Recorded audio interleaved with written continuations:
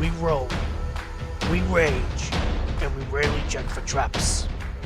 We are Raging Roars. The 5th session in our Waterdeep campaign, but as it's the first one we're recording, we're going to go through a bit of an introduction to make sure that anybody joining in has some sort of semblance of what's going on. Now, we discussed, and since nobody believed that they knew the story so far, we'll try and tell a bit each from our perspectives. And to do that in the best way possible, we thought it might be fun to do some character interviews. But before that, just some background of the campaign. So a lovely group of adventurers found their way in their own time and for their own reasons into Waterdeep. And Waterdeep is a massive city that sits on the Sword Coast.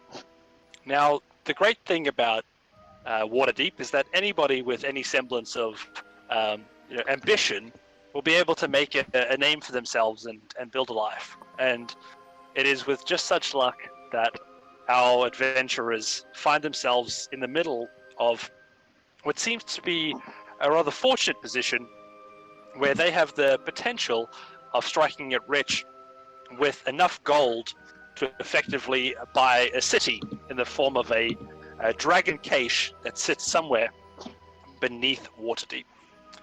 Now, as we join our players, we are in the middle of a sort of a chapter in which they are seeking to uncover a recent escalation in activity surrounding this dragon cache. And they do this all from their main base, which is Troll Skull Manor, which they got as a reward for one of their initial quests to save some local royalty. Is there anything else that anybody would like to add? The thing that we're looking for is known. We're looking for a creature known as a Nimblewright, which is an automaton that may be able to help us lead us to the stash of dragons. It was created just by to be another clear, automaton. the dragons are not the scaly creatures, but rather gold coins. It's just the way it's named here, and it's one of those things that, if you think about 30,000 gold dragons just hiding, waiting for us, that's a lot. That's something we don't want to find. TPK. Yeah, mate, we're after a shit ton of coin, not a shit ton of problems, eh? Yeah. And yet, we still need to find them. What do we call our inn? The Winchester Shield, mate. Winchester. TWS, get yourself a cheeky ass ale. Down for that. That's the one. And so, as of last session, as you were mentioning, Dan, that we were on the mission to actually go and find the Nimblewright. So the reason we're doing that is because one of the townspeople noticed that it was a Nimblewright who actually set off an explosion that happened directly outside of the Troll Skull Manor in which the players now live. And so through their investigations, they have identified that a Nimblewright was involved and have uncovered a device which allows them to detect Nimblewrights. Now, Dan, I believe that in a solo session, you were able to uncover just a little bit of extra information that might help with the search. Just a little bit of information. And you might we also- share that. Oh, you want me to share it? Okay. Before we get to that, I think, feel it was, free to do that within your characters. Yes. I think it was important to note that it was a Nimblewright that A, caused the explosion, and B, we tracked it down to a Nimblewright who potentially made another Nimblewright. Yes, that's right. So there's two Nimblewrights involved. And it was Nim, that who we Nimblewright that might have been the Nimblewright that you were trying to find.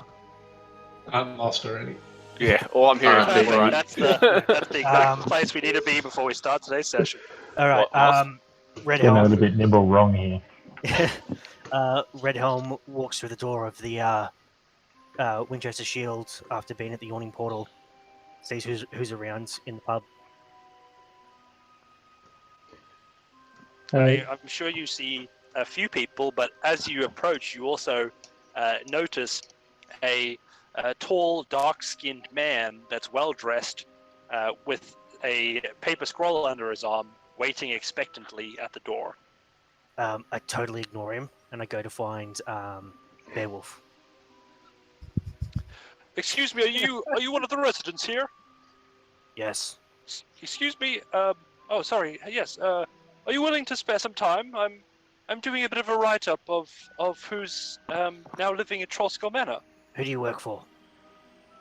Oh, I work for the Waterdeep Times. Never heard of it. It's this thing that it's sort of a newscast where we write down the happenings and the goings on in Waterdeep, and we share that in sort of a publicized, written down format to all of the citizens here. I'll go get my spokesman.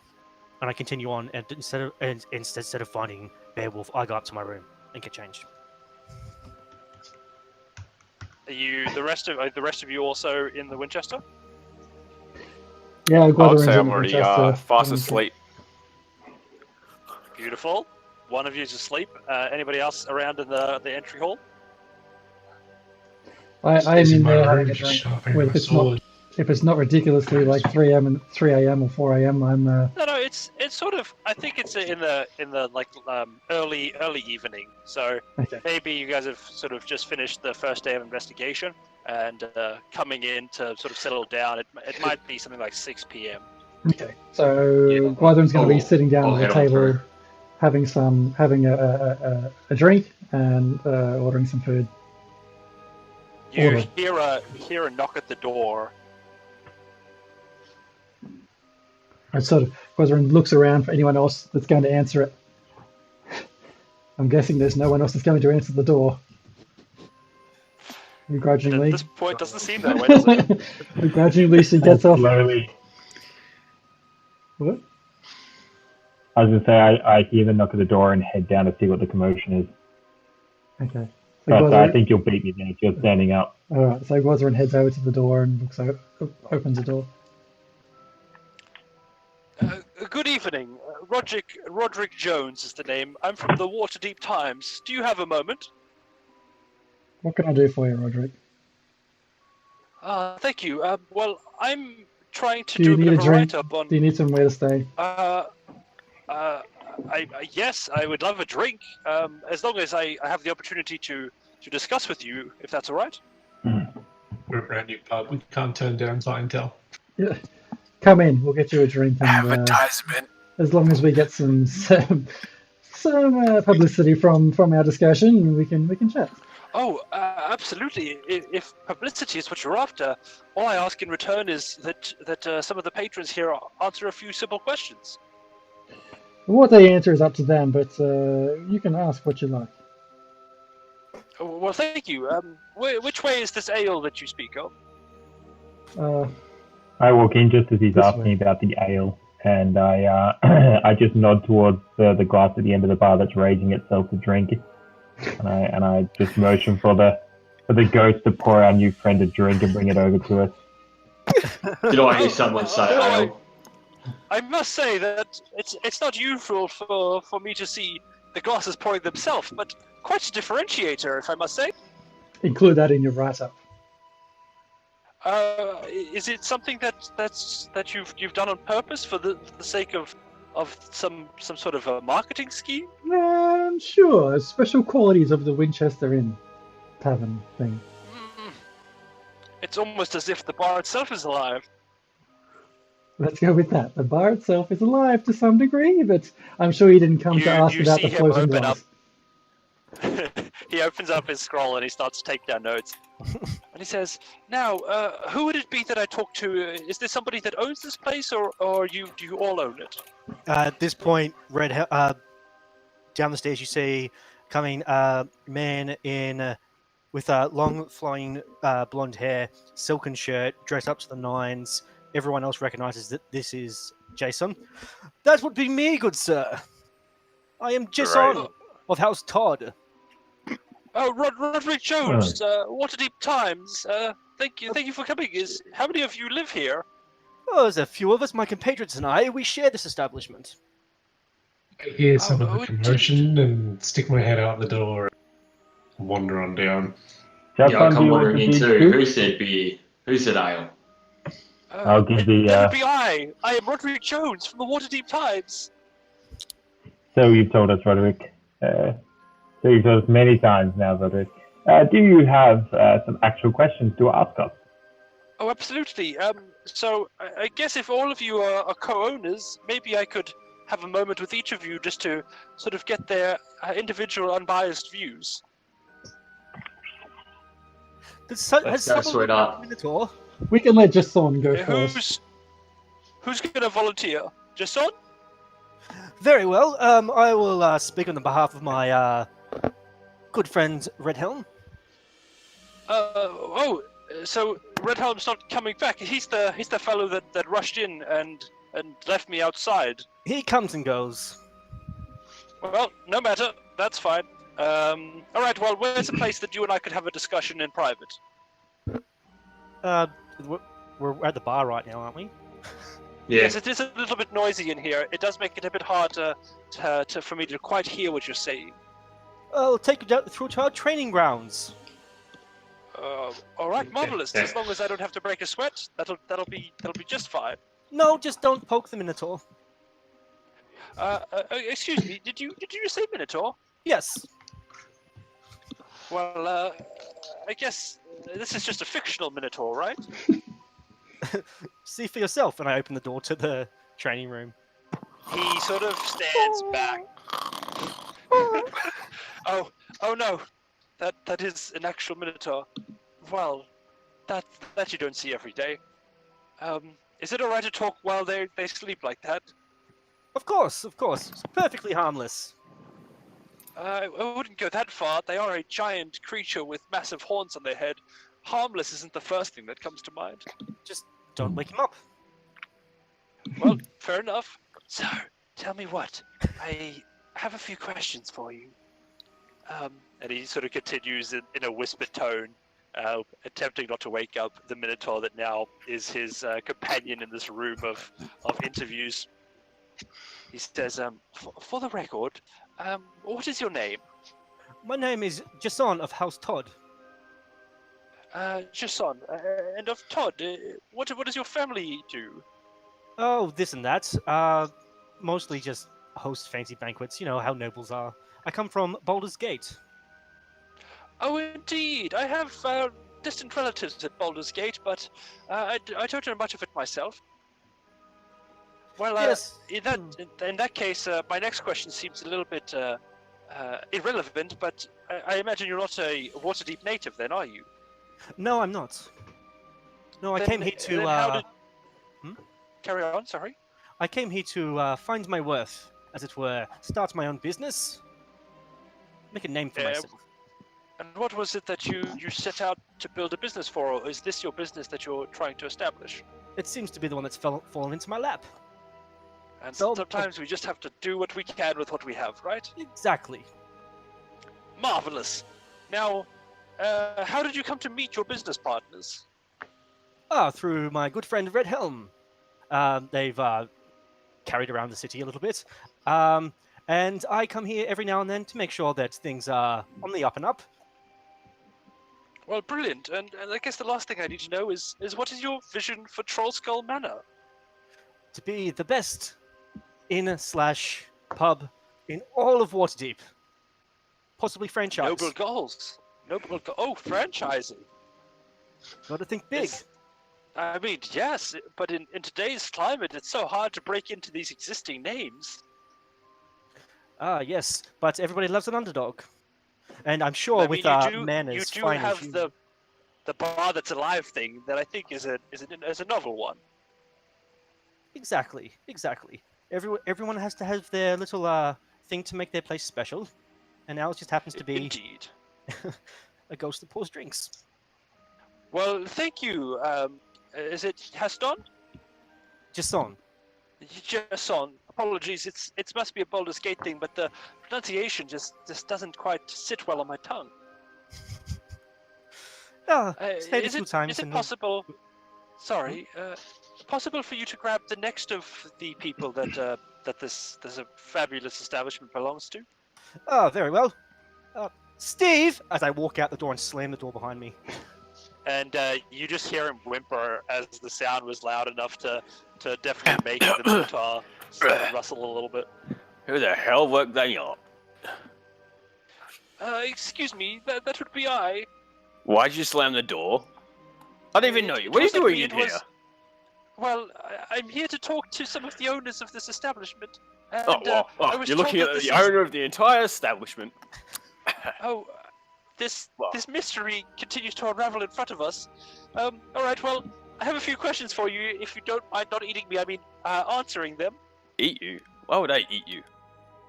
And he looks like he's kind of on the shorter side. He looks all the way up to like where you would be standing, and he says, "No reason." Okay. What questions you want to ask? Well, I guess, how did you come to own this entire establishment by yourself? Let me think. I think Red Helm had something to do with it. That character, as for one that really didn't have much social prowess, has quite a bit of social clout, doesn't he? He's a mysterious fella. What can I say? Indeed, that's about the only note I have, is mysterious fella. It says it right there on the scroll. What scroll? And he pulls out this like pretty long scroll that he started writing notes on. That's cool. Oh, indeed, I always take notes. If you have some time, I'd love to walk you through my note-taking system. Nope, no time. Gotta get beer. See ya. I'll just walk out. And he peeps his head around the door. Anybody else ready to be interviewed? Hey, mate, how you going? As I walk in after them. And again, seeing this like Goliath walk in, he sort of looks at it, and he's like, "You guys have managed to assemble quite a big team, haven't you?" Yeah, mate, I see you've met Beauty and the Beast. Steve-O and JT. So, who was the beauty then? That's up to you, mate. You choose and you write up who you think's a pretty little chestnut. All right. Well, I will continue to investigate until I find one. So, what's going on? What do you want? What do you want to ask? Right. I have a few questions, if you wouldn't mind. Far away, The first sunshine. one is, have you been in Waterdeep your whole life? No, mate. I come from the hills. From the high up in the hills. From, what they call the backcountry. I've heard in the backcountry things are a little bit wilder than they are in Waterdeep. Yeah, mate, we're a bit rough and going, eh? We just get it done. We're just cutting kills we need. Make it up, tie it on, strap it on, and just get going. Well, it is a philosophy that, although I don't understand it all, I can see that it's done you well in life. Yeah, it's done me alright. I'm bloody good looking. I own a bar. I'm about to create probably the greatest underground force you've ever seen. Oh, okay. It does seem that when you say things like that, it alludes to a fact that you might be part of some underground conspiracy. I would just be careful Nah, how mate. you phrase Three simple rules of our pub. Cold beer, fantastic staff, and the best fighters you've ever met. Is the fighting, does it make for better food, or how does that factor in? Entertainment, buddy. What's like watching a Minotaur punch on with a paladin? It's shit tons of funny. I mean, I just imagine that the city guard would not find it as funny as you might. Mate, they're in on it too. Don't worry, it's a good little Barney.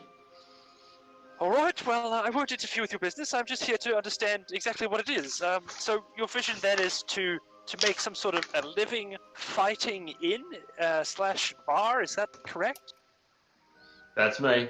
And then I get up and go, Steve-O, chuck us a beer, will ya? And walk straight out. This is a marvelous team. I have no idea how they've actually managed to create any sort of coherency with just how all over the place they are. But somehow this place is looking better than it was under previous management. Pure talent. Curious event. Sorry, I somebody walk say something. past. I walk past, just eye the reporter up and down, really quite suspicious of those strangers. and go take a seat at the bar, and motion for the ghostly bartender to fill something up. He walks up to you, and Roderick sits next to you. He says, "May I have a few words?" I give him a look that just screams, "Don't come near me," but obviously not well enough. I'm given completely get out of my face vibes. And just sigh and go, what do you want? He comes up right next to you and sits down, puts his scroll on the bar. He says, "Well, thank you very much. So the first thing I'd like to know is who are you?" My name's Claymore. Claymore Ravenstrike. Now, to be named after a weapon, that must have been quite an interesting upbringing. Hunter of bad things. Actually, Is that being a the reporter, official title that you have in this bar?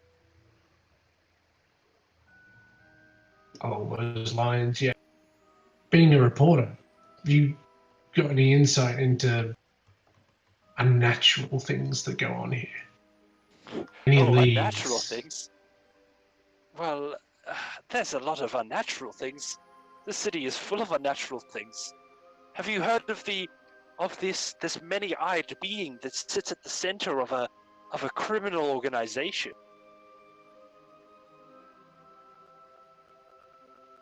Does it go by Xanathar? Oh, indeed, you have heard of them. Yes, I've heard it rumored that it is this Xanathar that is behind all of it, but many people believe it's just a conspiracy, to try and blame some of the corruption on something that is otherworldly. This sounds like a story of the underworld. I'm more interested in the supernatural. Things that hide in the dark and things that are not of this world. I stay quite clear of the dark, to be fair. It is not a place that I'm awfully comfortable in. But if I hear of anything that is in the shadows or that blocks light in any way, I will let you know. And I say, then you're useless. There's no point me talking to you. Oh no, it was I that came to you, not you that came to me. I apologize if that wasn't clear. I'm gone. Alright, is there anybody else that would like to contribute to the Waterdeep Times issue of updates at the Manor Corner? I see the empty seat next to where it's just been vacated next to you, and I just rock up there with a beer for yourself and a beer for I. Hello! Well, hello, little guy!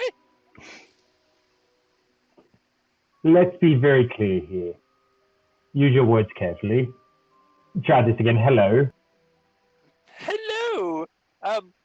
Average-sized man? Fantastic. A pleasure to meet you. My name is Zim Grayson. And my name is Roderick Jones. I'm from the Waterdeep Times.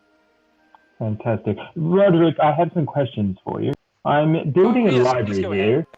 I'm building a library here, and I wish to know what books do you have that you can give me? Oh, a book collector? Well, I have quite a few writings. Is there an area of interest that you have? Well, as a wizard, learning about magic is obviously the important thing for me, but I'll take anything on history that you have as well. Well, I don't often lend my books out as a general rule. They are quite precious to me. Oh, that's fine. Send them through and I'll buy them off you. That's not a problem. Should there be any dramas, you'll always be able to come and see them in my own little library is sort of one of my greatest joys. I'm trying to build it, not sell it. Tell me, where did you study? Where did I study? Well, obviously, Waterdeep's greatest writing school, St. James's. Oh, yes, I did hear of that. Let me know if I'm speaking too quickly for you. No, so far so good. Your lips might be small, but they move with a decent frequency.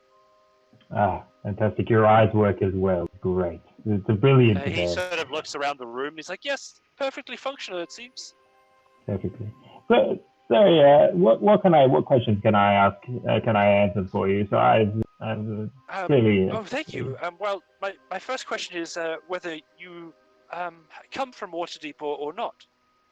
I do not. I do not. I heard that there was much wisdom to be gained to deep, and as part of my desire to gain knowledge and then build out my library, I decided to venture here. Unfortunately, on my first night here, while having a drink, I stumbled in and somehow got involved behind a huge Goliath who was doing some unruly things while I was trying to enjoy a quiet drink. And now I own a pub. He whispers to you, "Is it that unruly Goliath over there?" And he points over at. Who are you calling unruly? He I stick my whispers, head out time and go, me and Steve are doing shots. You boys want one? Thank you, but not at the moment. Missing out. I'll be in shortly. All right, give Roderick a huge pat on the back. Whack! See you, buddy. "Oh, As I said, that I came here looking was for uncomfortable." intelligence. What Yes, I've found so far, Roderick, is very interesting. Not Well, intelligent, what- but interesting. what I would like to ask then is how exactly did you come to meet these bunch of adventurers? Yes, yes. Well, I mean, when one gets stuck in the upper thigh area of a large Goliath that is fighting something, you often then become friends and insist that they're doing a sacrifice your beverage to help you erase the memory. While the memory is not gone, the beverage is, and we embarked on some small ventures together. Let's be honest, the team needed somebody with a bit of a brain to be able to help them. And there's one of the few here who are able to, shall we say, helpfully manipulate magic. I felt that I needed to stick with them. Fortunately, from the adventures that we've been able to go through, we've discovered this fantastic setting that we're in at the moment, and I've been blessed with the ability to build out quite a modest library, but it's not bad for a start. Well, that's wonderful, and dare I say that, at least based on the conversation here tonight, you do have a marvelous intelligence. Your deductions are correct. Well, although my investigations here are sort of coming to a head, I do have lodgings over by the Great Drunkard. There's an inn there that you'll find in the lap of the statue.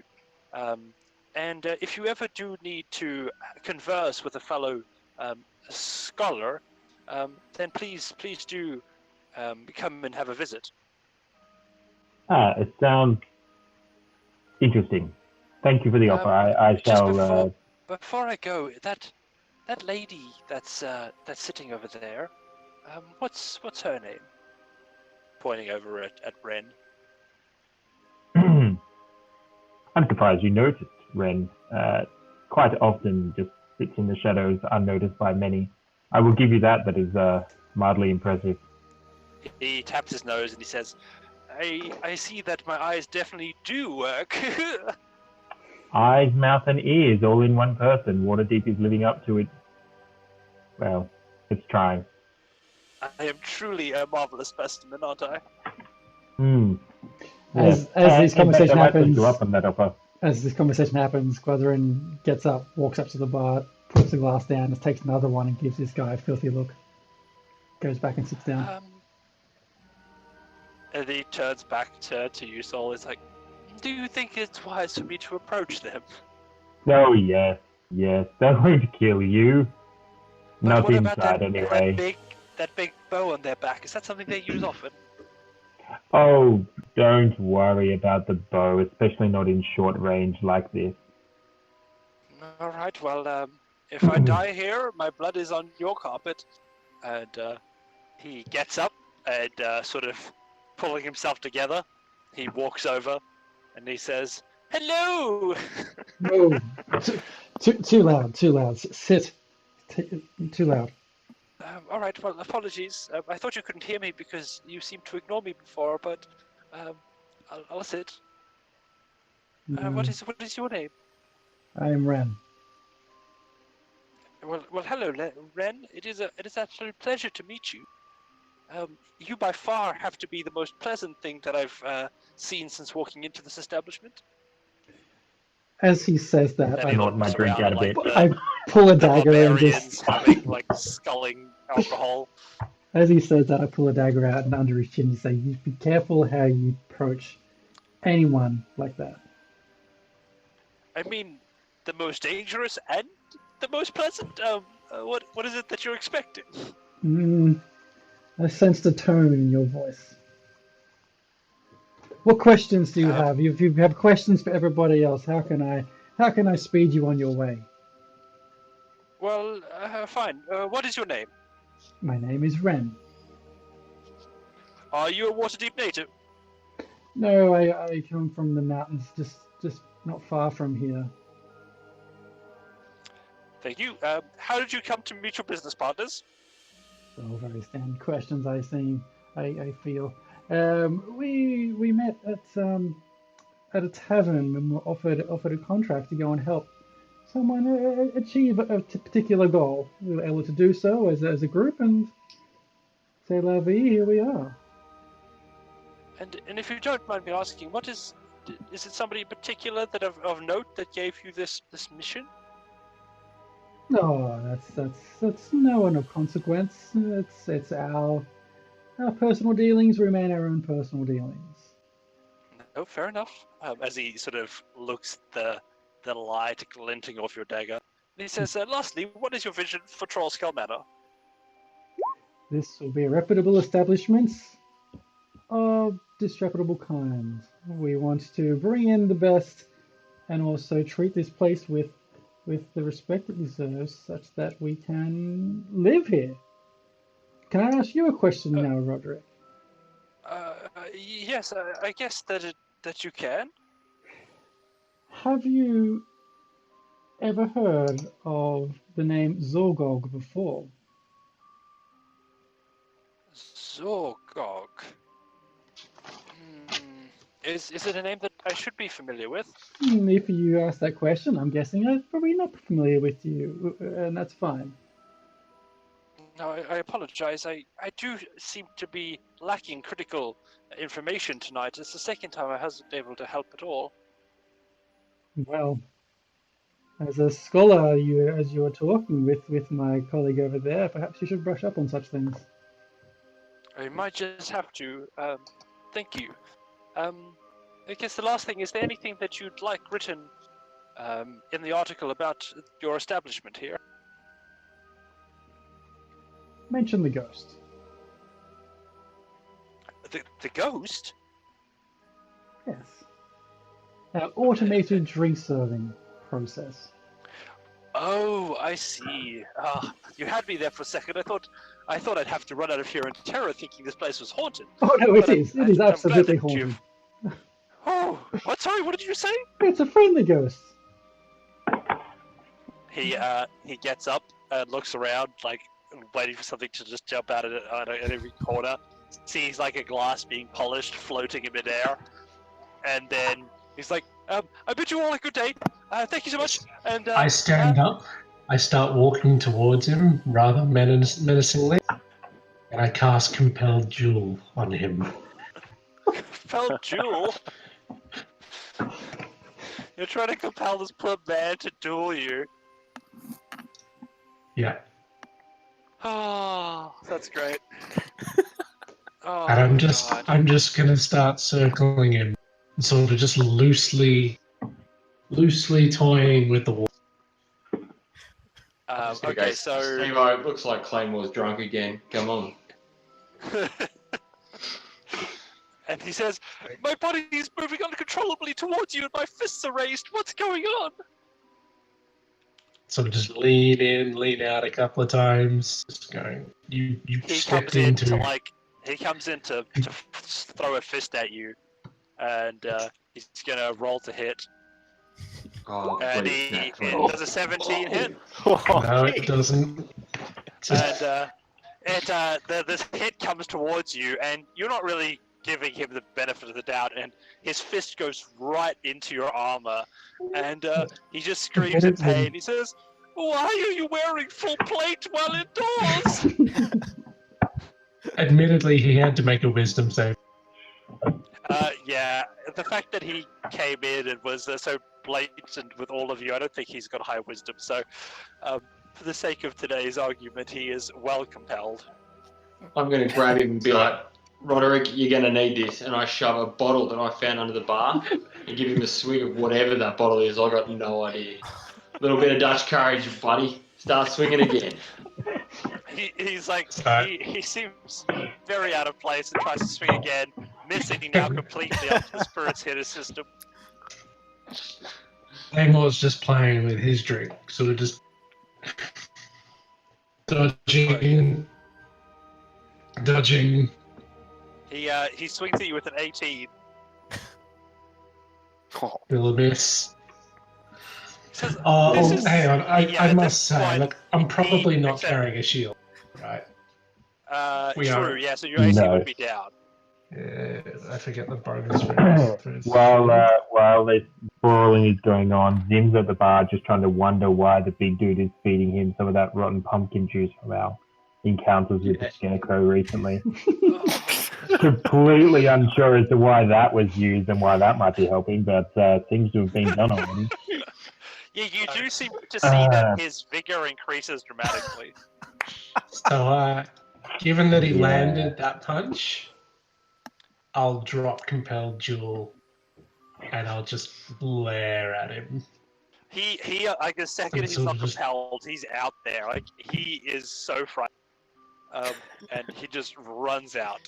Now I'm looking forward to seeing the results of this article, because up until that point it was like a 6 out of 10 review, but you just forced him to fight you.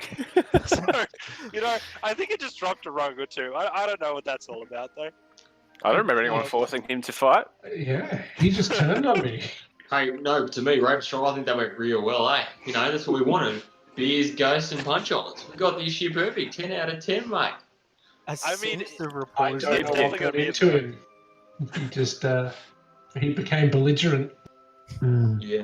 Mate, this is how we Oh, roll. Good beers. I kind of smirk to myself and go sit back at the bar and as soon wave the ghost on it. as soon as the reporter's out, Red Helm comes down the stairs. What the hell did I miss? Red, if you could please ask Jason to go and make friends again with our reporter that was just here. I'm sure he'll fill you in, but if you could ask him to smooth over this fighting issue and make sure we get a good review where, How much? speak fondly of the ghost. Whatever's necessary. Just honk and work out the money. Okay. Just make it good. There was a slight issue of pumpkin juice and brawling and someone punching plates. The pumpkin Slight juice. issue. The pumpkin juice. Let's be honest, when we've got a ghost behind the bar, somebody punching somebody in the chest and being forced pumpkin juice is the least of our worries. That's true. As for Coin, look around. Is the pub still pretty packed, or? I mean, you guys haven't done anything to really raise awareness, so Okay. I'd say that, except for you guys, who do you expect to be in there? Yeah. I have If no idea. if you're chasing him out the door as Jason, I yell, "Take out a full-page spread in the Waterdeep Times." Oh no, he's not. The Red Helm, the Winchester is open for business. Red Helm is not chasing after the reporter. He just Oh, wanted to damn, wait for the reporter to audio. come downstairs. Did I lose audio? Can you hear me? Yeah, I can hear Yeah. you. Okay, yeah, no. Red Helm's not chasing him out. He'll send Jason to go talk to him later, when he's probably not terrified. Awesome. But on the subject of money, I may have a lead. A lead for what? Good. The nimble right that we're after. Oh, yeah. Sorry, I've been asleep for too long. Fill me in. Yes. We. You didn't hear the explosion outside? What? Okay. Yes, I did. There was an explosion. We tried to track down where it was coming from. We ended up going to a temple with the head. And what? No one woke me up? You seemed really cozy. You were sucking your thumb and everything. Keep that on the down low. I sketched the sun sucking my dad. It's It's on the wall in the library. Hey, focus up. Okay. Yes, we then took the head to a temple, found a thing called a Nimblewright, that's like a mechanical person, and that Nimblewright had made another one that may have caused the explosion, but also may be aware of where that stone that we're after is that leads us to the gold. Beautiful. Let's go find it. All right. Yes. The lead that I have is apparently it's in the Sea Ward. Interesting. I don't know exactly where that is. I haven't made it that far in my travels in the city yet. I don't think any of us have. Right. No, but I got Zentarum connections in there, so we should be able to get a bit of knowledge, a bit of Maybe info. why don't we ask the locals before we go and bother them? Yeah, Rod, Sounds you would good. have definitely been down there. That's where you were doing your stakeout mission Yeah. earlier. Yeah, cool. Yeah, I've done it. I know that bit down there. I can help us out. Yes. There are apparently a few Nimblewrights in the Sea Ward, but the one that we're after seems to have been taken by one of the other organisations, and until we know which one, I'd say we probably don't want to inquire too much with whoever you may be a part of. But I reckon down there, haven't done it before. We've got to be a bit smart. Not that we're always outsmart, but We're like the three we're gonna. smart. We got this. We've got to get some height. We need to go old school and get someone up high to, give us eyes and ears, and get us out of trouble. And as I say that, I throw Ren a little contraption I've made to hold one of those fireball jewels to one of the arrows. We'll Right. probably need this. Excellent. So I'll just Well, I can I'll always put do the that. stakeout. I blend in like you wouldn't believe. Yeah, we're going to need to go some low, some high, because there's a shitload going on down there. Right. What So- about the middle? I feel like you're just missing out on the whole area. Sure, we'll just get someone to go straight up the guts, Isn't the middle Right. covered by Malcolm? Oh, ladies and gentlemen. The first good part of the night. I That's think our it's a first slow yellow clap card. moment. D12 psychic damage. I Yeah, feel like roll a doing d12 for it. damage. Yeah, you all get inflicted with psychic damage to the point where you have 1 HP left. Let's make sure we start the night off right. Not So as what time benefit. is Uh, What, I think our one of you is So fine I with me. think the guy maybe interviewed you guys for about half an hour, so it'll be about 6:30 p.m. Alright, so what do you reckon we go down, have a look around, see what's going on? So is this a nighttime thing or a Indeed. morning thing? This is It a is nighttime thing. Whenever you guys want to investigate. You guys have just spent the entire day investigating, though, so it True. depends on how keen and eager you guys are to get this sorted out in one day. Well, we could make some inquiries about directions, at least to the Sea Ward, before we do anything else. You guys have a pretty good idea, especially with what's your character's name, Rod? There. Beowulf. With Beowulf having been there before. Well, Yeah, we head off in the morning. well, Should we get on the we piss? can go in the morning once the ships have been loaded and, make our way around there. If we Agreed. get on the Terps, this place is never going to turn a profit. No, that's true. Zim, some more pumpkin juice. Maybe we can advertise it away. Awesome. that, So yeah, you that guys. full page ad is going to pay off. Just Zim, So we go. can you do something that can make duplicates of something? So if like someone makes, say, a piece of paper with the name of our place on it, can you make duplicates of that per se, and then we can hire someone to hand them out to people? I you know the could, Xerox spell. While we're on I the- don't. Not what you'd call a piece of stationery. However, I could potentially put something interesting on the roof to gather attention, maybe. I'll have to think about what I can do to be able to assist. I know, I've got an idea. Fireworks. Nothing can go wrong with fireworks. We had fireworks this morning. The whole Actually, place almost I- exploded. I'm Hang sure on. I could actually help Ren- there, actually. Maybe. Yeah, Ren's got those little fireballs. We'll just fire them off the Oh. roof, eh? What could go don't wrong? waste them. Let Let me go outside and make a little bit of noise. on the topic of And I, business and marketing and all that kind of trying to generate some traffic into here so we have some income. Market what? getting people in the door so we can sell some more booze and food. Who's doing this? Yeah. If we're out looking for the machine man, I assumed Gaston would be onto this for us. He's the man who's Gaston. been taking care of all of the. just son and the ghost. I don't think ghosts can actually handle money. Maybe. Well, there's the bard and the rogue who have been a bit quiet. They're probably up in their room. We'll just have them pay the place today Okay. or tomorrow. We'll need a The long-term bard- the solution bard for is- this potentially. You The know what? rogue can add I'd the be money, the happy. bard can entertain. I'd be happy for the bard not to be making a lot of noise. So for one mission, we could send them to, do some work for us to encourage some patrons to come and spend some time. They'll be able to make quite a bit of noise. Come up with a think jingle or something. Well, what Yeah, if we fantastic. offer them free beer? Free does not really help profits, but 3 beers? pay for two, get one free or something. No. Pay for two, Yeah, 3 get beers. one. Hey. That's genius business right there. It sure is. Any Make it case, like a little bespoke brewery and say that all of them are like little fancy brews, and then you can charge for the price of 2 for 1. It'll be great. See, we're on to something. We're a microbrewer, organic. Well, what if you call it like a maximum brewery because you're also like massive? It's like a little play on that. I feel like that's a shot at Zim. Yeah, I don't know. He how it has feels about that. maximum intelligence. There we go. But minimum. I Yeah, I didn't hear love what that. he said. That's like calling a Keeler cute.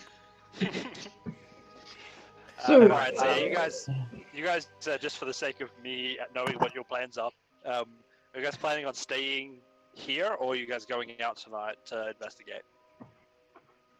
I think we stay the Cover of night. darkness wouldn't hurt.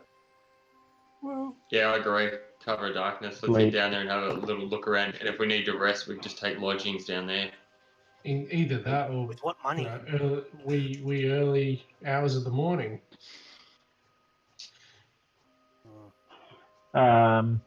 Yeah, I reckon. Look, I think it'd be good if we take maybe an hour or two to freshen up, put some food in us, and then as the epicenter of the night, we will make an approach as the clouds cover the moon and hide our footsteps. We go to a Beautiful. tavern down there. Sounds good. spread a bit Indeed, of sounds like a coin. good plan. So, Find a tavern in Seawood and possibly spread a bit of coin that way. And see if anything turns up in some. now I will Might just be sort some- of, for the sake of time, imagine that you guys are enjoying some of the merriment of your new position as tavern owners. You guys Sorry to are. interrupt. In an effort to get some patrons to attend, I let everyone know that I'm just going to go outside and make a bit of a spectacle. I'm how would you say, inspired by this idea of fireworks. So I wander outside. Oh, I'll join. And, Oh god. as we head outside, who's coming out with me? Sorry. I'll come. Me, Oh, Steve. okay. Fantastic. You can stand on top of my As, shoulders and let off some fireworks. I would suggest maybe you stand back. It's probably Okay. the best place for you to be. I just cast out scorching ray out into the sky, just straight up into the air, and 3 huge blasts of it just go straight up in the air, making a huge sound, and also just a massive light of these 3 massive rays going straight up. And then I cast minor illusion, and I just have a massive sound that just yells out, "Come to the Windsor Shield! Come get a drink and your fill of food!" And then I head back inside. I don't think that Steve was really ready for that, and I just kind of dust my hands off a little bit. I'm blind. Yeah, they're too bright. I say, Jeez, your little mother man, teach big you not to boy. fire your weapons. Now, to resolve that, I'll get you to roll a performance check. Nat 20. Come on. Come on, no 20s. Oh. Now, although your display was magnificent, you have never shot such straight fire from your hands as that particular moment. The unfortunate part of that was, it by mere coincidence seemed that at that point in time, nobody was looking out their window, and the most beautiful stream of fire was missed by all. Not missed by all. Missed by all that mattered. Oh, Steve's eyebrows. Roll a death save. I put my head down and walk back inside. So close You to just a 18. feeling of depression washes over you for some unknown reason. These 3D dice make me feel worse because I can see how close it was to not being a 2.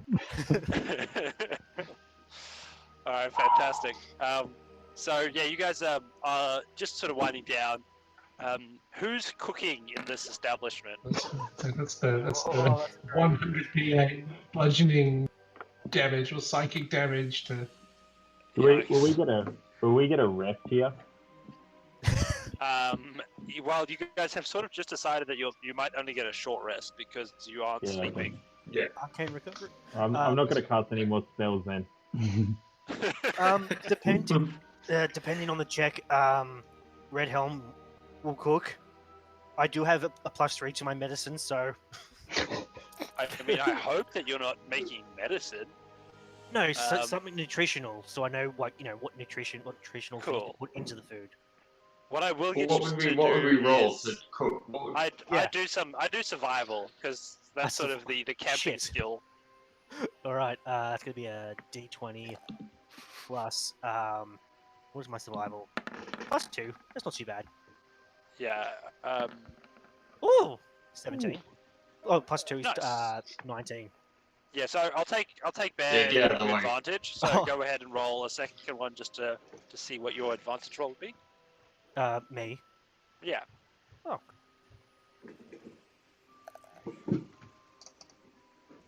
Roll. See, I might be called the DM of Doom, but I try and be fair.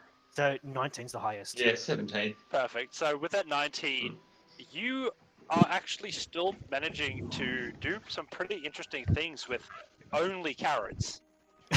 So, yeah, the carrot stew, the carrot sticks, the carrot circles. You've been pretty creative, and so far today's iteration of the carrot asterisks has been well received. Excellent.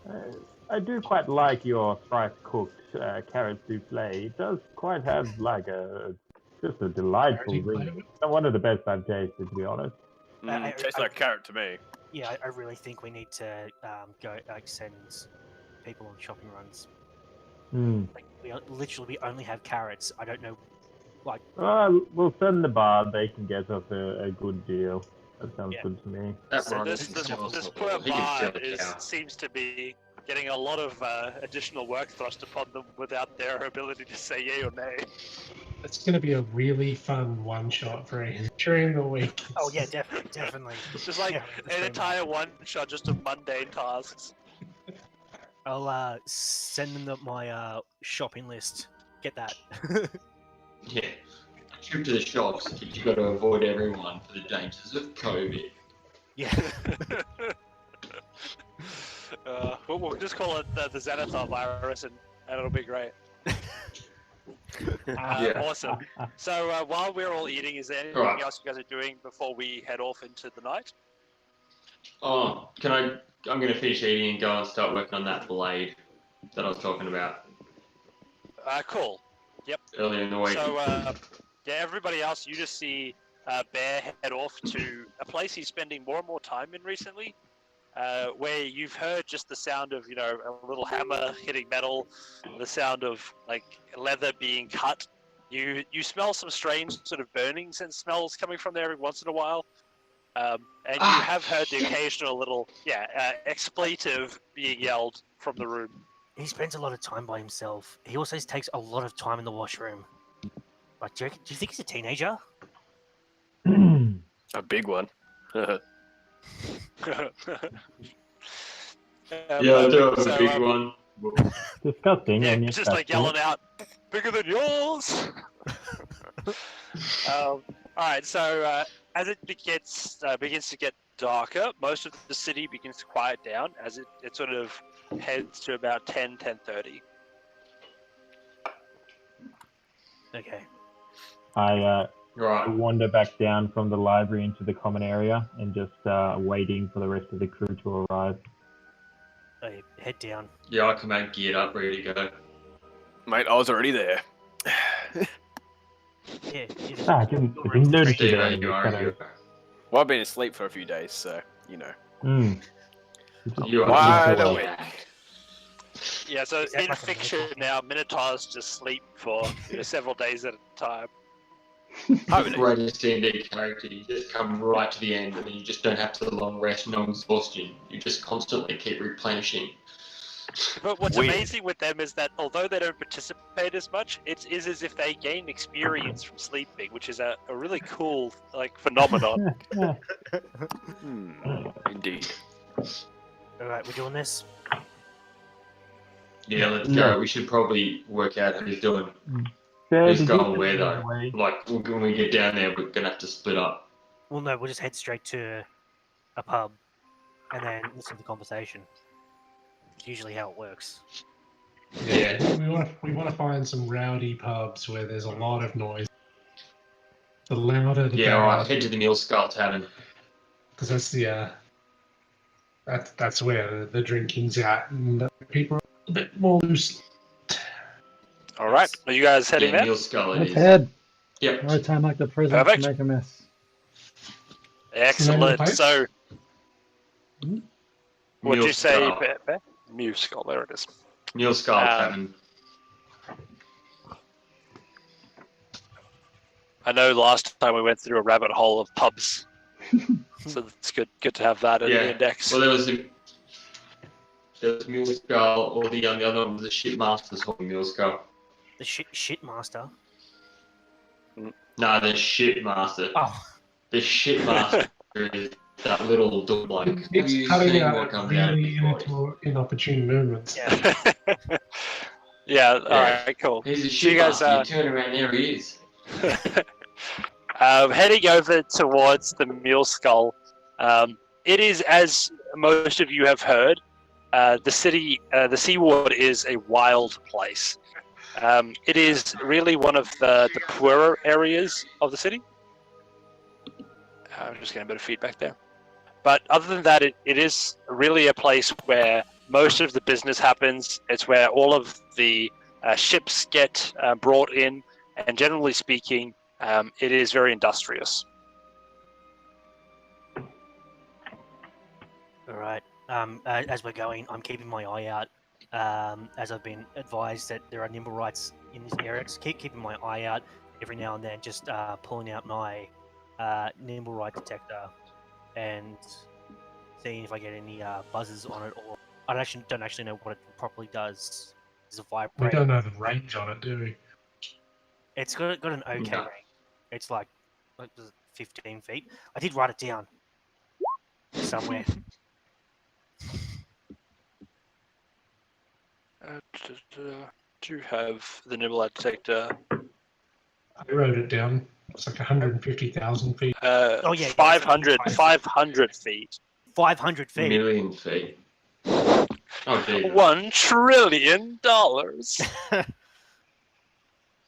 Cool. Yeah, so you guys can, within that range, detect the presence of the nibble rats. Okay. So you guys DM, heading where on into this the- map? So on this particular map, you would not be in it. Okay, cool. Or are you guys on a different map? No, you're not. Waterdeep. Let's go. So over here, I do apologize. I was incorrect in my previous description. Mhm. You are not in the dock ward, which I said. You're in the. Did I say sea ward? Well, yeah, we're going to the Seaward. That's where I was told that was. Let me the just way. double check to make sure that I gave you the right information. Otherwise, it'd be very awkward. Seaward.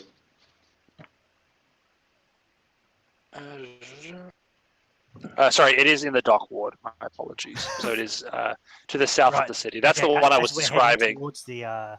Oh wait, so we're not actually. So wait, are we supposed to be going to the Seaward? They're supposed to be going to the dock ward. Okay, as we're heading towards the seaboard, I'm like, you know what? I think it might have actually been the dock wall. Which is also, ironically, where Bear's experience was. Yeah. I'm like, follow me, sweetheart. You'll be right. I just keep walking. Like I know where I'm going. Hopefully taking us to the dock ward. Brilliant. I'll just keep following. No, so yeah, you do manage to eventually make it to the dock ward. The first thing you always notice about the dock ward is the smell before anything else. I traveled with Steve, so I'm used to smell. Smell what? Yeah, but so what like Steve might smell a little bit, but what this is the sort of acidic stench that just sort of pierces above that sort of normalcy, and it just really burrows in right into the depth of your nose. Like a fast food joint. Yeah, but mixed with like pickle juice. So like a fast food joint. Yes. I cast Mage Hand and have it cover my nose, my mouth a little bit, kind of block the stench. Can I get a perception roll from you, Ren? Mm-hmm. Yes, Ren. Roll those dice. Go, Come on. go. Ready to That go. would be an 8 in total. Ooh, hey. All right. So what are you doing as an individual as you walk towards the dock ward?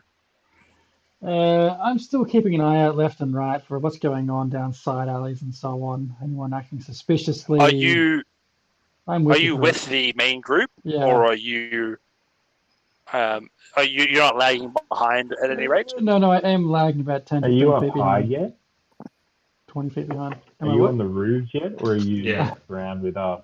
I am walking around with you guys. Am I supposed to be on the roof at this Cool. point? So, make a dexterity saving throw. Shit. Oh shit. Oh, Jesus. No benches. Oh, That's a With that 10. 10, Jesus. without even noticing, you just suddenly feel a tremendous force just take you from one alley and take you off the path into another. It is only once the sort of shock leaves you that you realize that pinning you to the ground is what looks to be a wolf. Do any of us notice this? No. Uh-oh. so as it does. If any of you are looking back for your companion, you may notice that they're gone, but otherwise, for the sake of this wolf being incredibly stealthy, they've managed to take out one of your team members. And so, Ren, they are just standing with a paw, sort of paws on your chest, just with a grin that shows all of their teeth. What do you do? Is it baring its teeth like it's a growling, or is it just looking at me? It's sort of, I think, make an insight check. Not my best rolls. Would it be a nature check? Not bad. Beautiful. Not bad. I would have ruled either way, but I'm this going, insight sort of giving you but- that. No, ignore me. You Remember, see Dave, that your only job is to try and create a bang. you see that although this creature is big and has definitely pinned you, they're not yet ready to snap at you. It seems that they're waiting for you to make a move. Okay. So Ren, looking the wolf in its eyes, reaches up and touches the side of its face, and just basically tells the wolf it's all right, chill out, calm down. Make an animal handling check.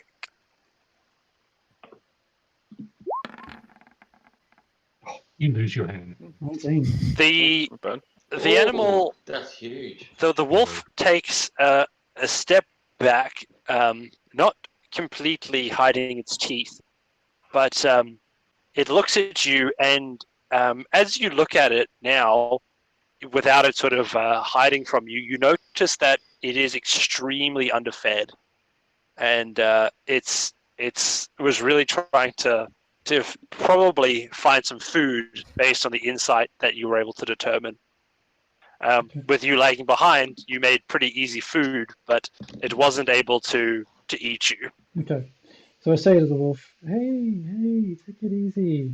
You look very hungry, and no, I'm not a good source of food. What say you come with us, and I'll find you a nice meal of some kind, alive or dead, for you to feast on. As you sort of walk towards the main pathway again, you can see that it is just not yet comfortable to move into the main light. It is very scared to go into the plain sight where people have sort of potentially hurt it in the past. Okay, so Ren will move towards a wall where it's shadowy and sort of coax the wolf to follow. Again, make an animal handling check. 20. It seems to be following the commands that you're giving it, almost as if it's used to some form of human companionship, and it follows you a little bit hesitantly, but follows you nonetheless. I will reach into my pack and pull out whatever kind of small ration or something I have to give to it. So typically you should have a bunch of ration packs. I just assume that you'd be reasonably competent in making sure that you can survive. Yes. So you have like an army ration pack of like dehydrated noodles, and you can definitely add some of your water skin to it to start to make a little snack for this wolf. Yes, I will do that. I will make a snack for the wolf. It doesn't even wait for the water to hit the ration pack, as it just demolishes it. As it eats it, it comes up to you, sniffing out for more. So you have about 3 total ration packs, and you've just given one of them to the wolf. I'm going to just hold back and not so much give any more, but sort of hold my hand out for it to lick my hand and pat it so it starts to get used to me. I don't want this. It comes up to you. It sniffs at your hand and then sniffs to your pack, and then it starts to bury its nose in your pack. Okay. I'll give it one more mixed ration. It just destroys it again. It's a pretty big wolf, and you've just sort of fed it enough for a person for a meal. Mm-hmm. So it seems to just, instead of that aggression, it's now just showing signs of wanting food. Okay.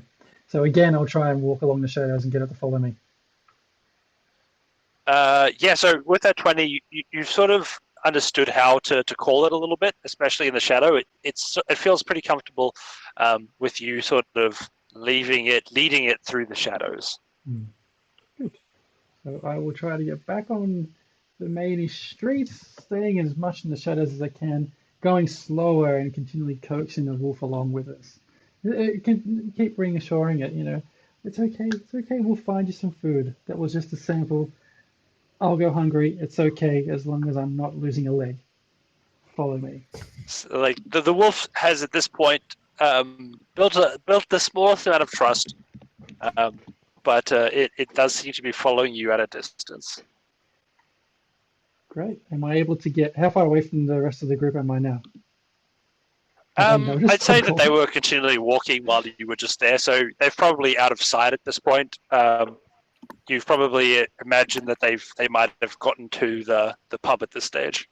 Okay, so I'm going to head down towards the pub, but I won't go in. I'll just hang out the front, stay in the shadows with the wolf, and just keep sort of cool. Make sure it's not left alone. So what is your end goal here with this wolf? The wolf shall be mine. I will train it. I will keep it. It will be the wolf that follows us around and helps us out. And we have a very close bond with this wolf. It can respond to my commands, and that's the plan. If we can get there, if I can train it well with a bit of food and all that. Awesome. Excellent. So I think I'll just let you, for the sake of convenience, get some get some food for him. Squishy. That's all I could think about was that you will be my squishy from Nemo. Yeah, so I'll let you go in for a few gold pieces and bring some food out for Wolfie. Done. In and out with a bit of like a leg of turkey or lamb or whatever, pork, whatever's on the menu at the moment. Minotaur shanks. Minotaur shanks, even better. Son of a bitch. No, there's no Minotaur shanks. Sorry, Steve. Oh, geez, you had me worried. Yeah, perfect. So you basically get like half a carcass of beef out here, and slowly this wolf is fed to the point where it's sort of gotten to a point of relaxation. It seems to be close to you now and sitting next to you, but still somewhat in the shadows. But the gap is definitely closed in a bit. So I'm also going to make sure I've got enough of those bones and stuff in my possession for the future. So you're just like putting in some of these like beef bones into your Bones, bag, just femurs in my pack. just like using fantasy glad wrap. Make sure that it doesn't get on everything else and just pop them in. Exactly right. God, I really want you Awesome. to pull out a femur instead of an arrow and just. Yes, So that's a beautiful visual right there. Femur to the face. Firing femurs. Yeah, the next time you're all on that one, you're firing a bone instead of an arrow. And George is like, oh, God. Yeah, the wolf just like charges for it. Save it when alright. Robin goes, how do you want to do this? And you go, I'll pull out the femur. So if the wolf Alright, is awesome if the wolf stuff. is happy now, I'm just going to see if I can get across the street, and at least I don't want to abandon it, but I do want to see if I can, be aware of what's happening inside. Yeah, so I think you can probably try and tell it to stay. Stay. Go inside. Go ahead and make an animal handling check. You've done really well at these so far. It's like one of these aren't going to work. Don't jinx me. Don't jinx me. There it is. Jesus Christ. Nope. Yes. Take that, stinging doom. The wolf just goes and sort of goes around a corner, but still you can see its eyes peering around at you, and it just lies down and seems to be resting on its paws. Great. Fantastic. I'm just going to sneak inside. Awesome. So as you sneak inside, you just hear a raucous noise as not only do you see some unfamiliar faces, but you also see, continuing the momentum from the previous drinking adventures, what are you guys all doing? Does anyone smell dog? Not the climactic build-up I was expecting, but Yeah, I'm gonna look sitting around at the and bar. Been sitting at the bar eating. Climbed up onto a tall stool, watching the larger part members of the group making calls of themselves. I do my best over try and pick out the individual conversations, see what I can pick up. awesome. So to do that, I'll just do a perception check from you, Red Helm, Okay, just to see what you're able to listen in on. that's plus perception's +2. Okay, rolling. Ooh, +2, 21. ooh, Nice. Rolling well with these 3D dice. So you overhear one or two conversations.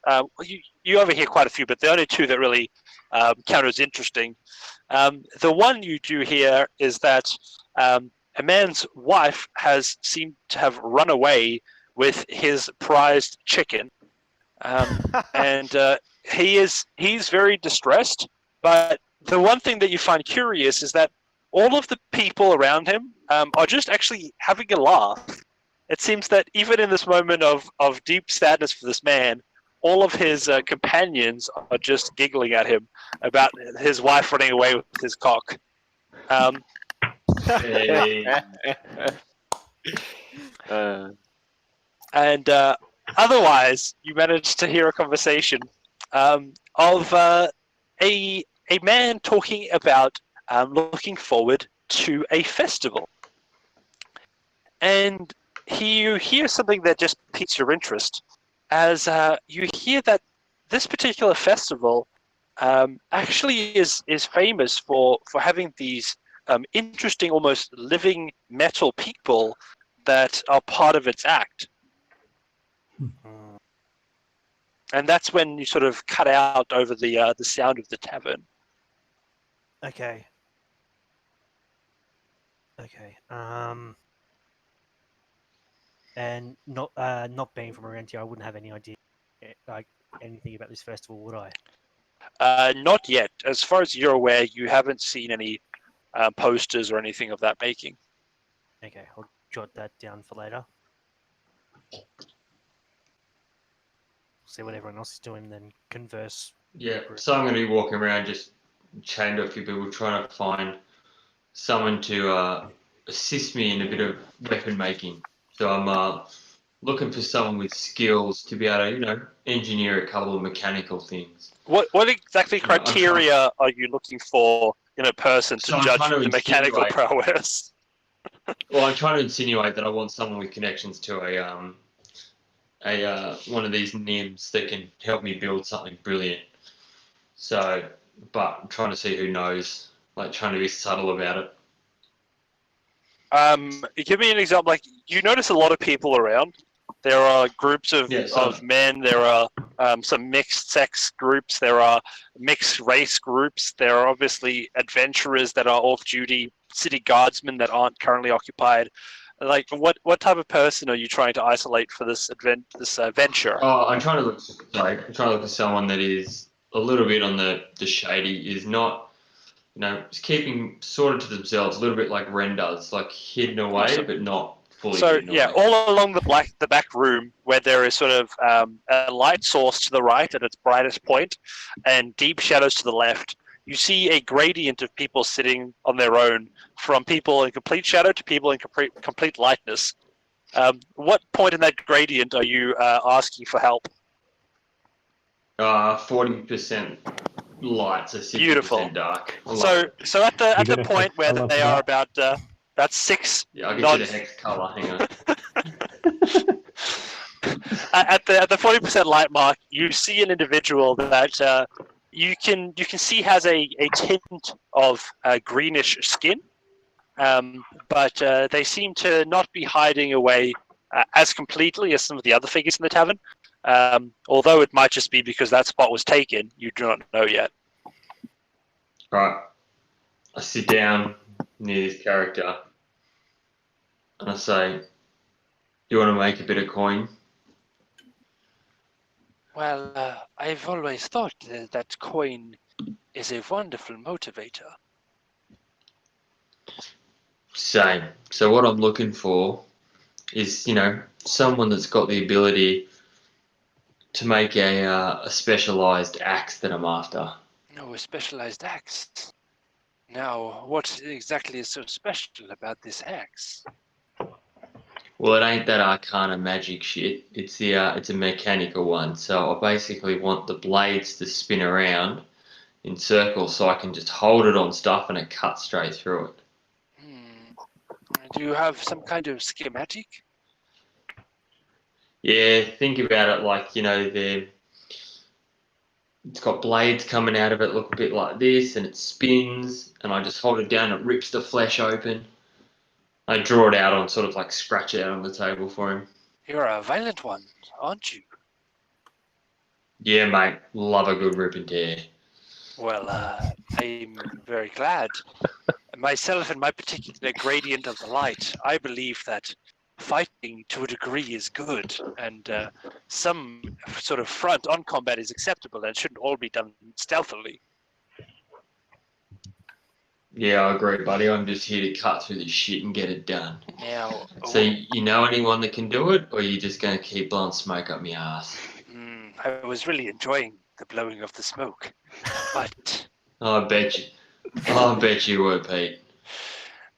You see that the figure draws back their cloak, and it is a quite a like a nice complexion on a female half orc, and she grins at you with sort of the makings of smaller tusks and fangs coming out from her mouth, and she says, "I do so enjoy the blowing of smoke." Yeah, you couldn't handle my smoke. Now, let's chat about who could build this axe for me. Well, I myself use a halberd, but I may know of a few people in the city who could potentially provide you some consulting on your weapon. Are you yourself an inventor? I am. I like a tinker here and there. Well, what you're trying to make sounds that it would not just require some mechanics, but rather a power source. And the only thing I know of that nature is definitely arcane in nature. Oh, I've seen a few that aren't arcane, but that's alright. I just need someone with a bit of that mechanical, human-esque, someone that understands how to make the mechanisms work. Well, I'll tell you what. You come back here tomorrow night, and I will have someone here who may be able to help you. Make sure you bring coin. Sure. And I guess if you can make them appear sooner, there'll be more coin. It does take me some time to get them. I appreciate that the coin is going to be plenty enough once we finally do get them in the room with you. So I get up and walk away, just slink away, feeling a little bit unsatisfied that I didn't get out what I wanted. Yeah, I mean, but she was pretty unsatisfied. She didn't get what she wanted either. So, it just feels like True. a proper way to that end. Pulling back on her cloak, the last thing you see is a grin as she watches you walk away. I turn around and just give a little tap. Oh yeah. She growls at you, and she continues to sit there enjoying her ale. And now this turns into a weird version of D&D Austin Powers. Before we move on, at 10 o'clock, it's a good time for a short break. So we'll resolve the rest of your sleuthing as we return. Thank you for that. My pee bucket's full. I saw you typing as I was about to say that. I was like, woohoo! Glad he's updated to a bucket. Guys, back here in about 10 minutes' time. Cecil? Fantastic. We roll, we rage, and we rarely check for traps. We are Raging Roars. Yes, it's not very good, is it? I'm really planning on round 3 killing every single one of you. I don't know how you make Thank characters and not get emotionally involved. Like, these are my babies. Well, honestly, I like all of them. Rule number 1, don't piss off the DM. That'll do it. Cool. What's it? Nat 20 to start. Dude, you should have repented. Why didn't you repent? I know, right? I wanted that +3 shields. I hear the hellish scream of the 2 banshees that are flying in the trees above you. On my back. And you know what? I'm not going to let you down. I am not going to let you down. That's my With boy. 15 points of splashing damage, I'm just shearing off feet left, right, and center. Is this a Google? And I'm gonna dump Divine Smite into it. He finally smited something. Finally smited something. Okay, and because it's a Banshee, it's undead, right? Extra 3d8. Oh shit! What? When Jan smiles like that, it is not because she's happy. I'm going to... This banshee, after being attacked and attacked, is going to wail. You have to do a DC saving throw of 13. If you do not, it does not end well for you. They see what? Oh shit! Oh, Oh shit! Am I in that range too? I have So you advantage. claim on Con save. con save. I have advantage on con saving throw. That's a nat 1! Oh my god! I have, do I have blessing still from earlier? Yes! But that's still a nat 1 though. It fails. Fails. them be the rules. There's 9. It doesn't matter, you still failed anyway. Roll just in case. I'm waiting for Ron, I would like you to do the whale for us, please. You know what? Yes! You people whale. are sleeping You whale. this and out. I'll cop it. First stream, do it. You whale. Oh, I can do it. Oh. So Mark, you take 6 points of shit. This is gonna wake people up. I'm gonna get in so much trouble. This is gonna be hilarious. Do it. Do it. Do it. But then, Mark, you take 6 points of psychic damage. Oh, then you- of course it's psychic damage. Jerk. So as you hear this,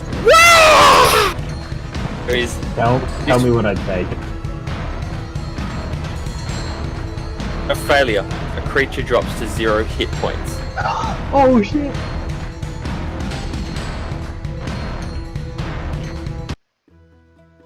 Hello, and welcome back to our D&D actual play Twitch stream.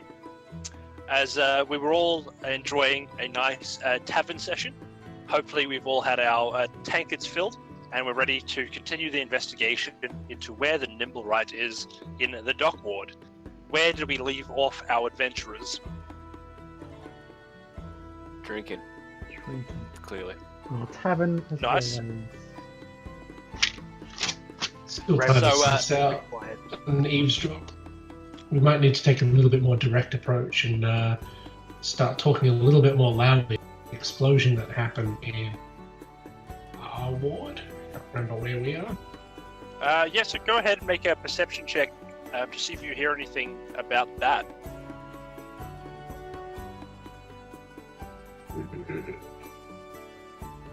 -2. With that -2 perception, you do manage to hear some rumblings about fireballs being bad for business. And I wander over in that direction. Say, are you talking about the explosion in our area? Where's our tavern based? Troll Skull Alley. Trolls. I was going to try and mention the ward. I don't know where. which Yeah, so ward. you would be up in, I think, from memory, Say think it's brevity, somewhere- brevity. in the like Seaward, North Ward area. Okay. Oh, sorry, yeah, definitely in the North Ward, up in the northeast of the city. You see it So, here, did Troll you- Skull Alley in the map. You guys heard about the explosion in the North Ward? I heard there was. We heard of it. What of it? I heard there was a mechanical person that was part of the explosion. What? Sorry, the tavern's very loud. You have to speak up. A mechanical person. A mechanical Yeah, person? A machine. You mean like one of the entertainers for the festival? What festival? Oh, it's the Nimblewright Festival, of course. It's have you not seen the ships docked in the dockyards? It's a festival of nimble rights. Oh well, that's just what I call it, but I haven't had the chance to read, so it's hard for me to actually see what they call it. But it's the thing with all the mechanical things, and I think they call them Nimblewrights. Yeah, the name rings a bell. So what? The nimble rights come to town, do they? Oh, at least once a year. That's why we're all in such a good mood, as the ships just docked here about 2 days ago. Interesting. When's the festival? When does it start? At this point, I don't think they've come up with a date yet. They might be setting it up, or I have not noticed, but usually there's some posters around and the big announcements. Posters around the dock ward? Did you say? All over the city. This is one of the biggest events that happen in Waterdeep. Are you a foreigner? Not local. Let's leave it at that. Well, that's fair enough. What Well, what's the name of the anything ship else? that they? What's the name of the ship that they came in? Oh, well, there are 3 of them, and 3 ships. the biggest one is the Eye Catcher, named after exactly what it does, I believe. It's the one sitting off the coast, but two of its smaller galleons are currently moored at the docks. You'll see them as the Heartbreaker and the Hellraiser. They sound like friendly ship names. What are these people? Oh, damn it, Siri. For the third time, she's interrupted me. I said, they sound like friendly ship names. Are these? Luckily, the ships aren't alive. Hey. Are the Nimblewrights normally aggressive? Maybe. Not the ones that I've seen. It would be pretty dangerous for the city to let murder machines walk their streets. There's Heartbreaker and Hellseeker. Oh yes, but those are ships' names. Ships are obviously dangerous, don't you know?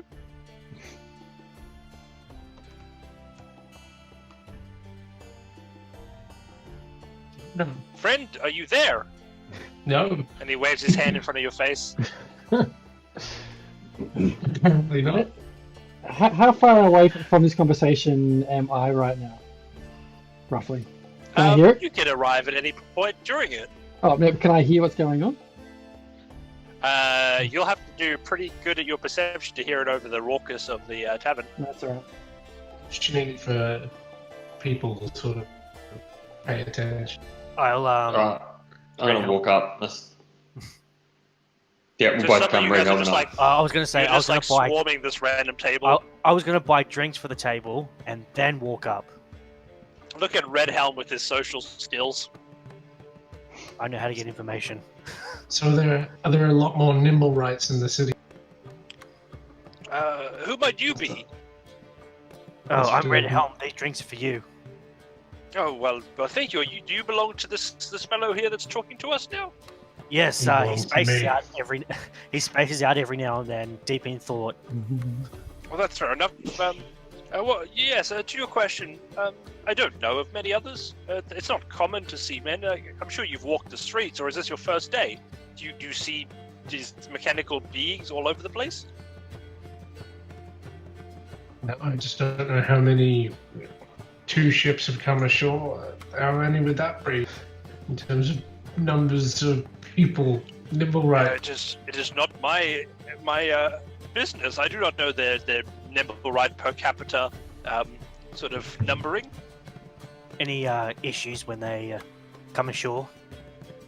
Too much fun if I have to name one. Any reports of them not returning to their ships? Not that I know of. Is there something going on that I don't know about? No, It's just just asking questions. Very, very pointed questions about these Nimblewrights that are seemingly just here to detain us. You haven't touched your drink. Should I be worried? Just- Pretty good. Thank you for asking. How's yours? No, you haven't touched it. Cheers.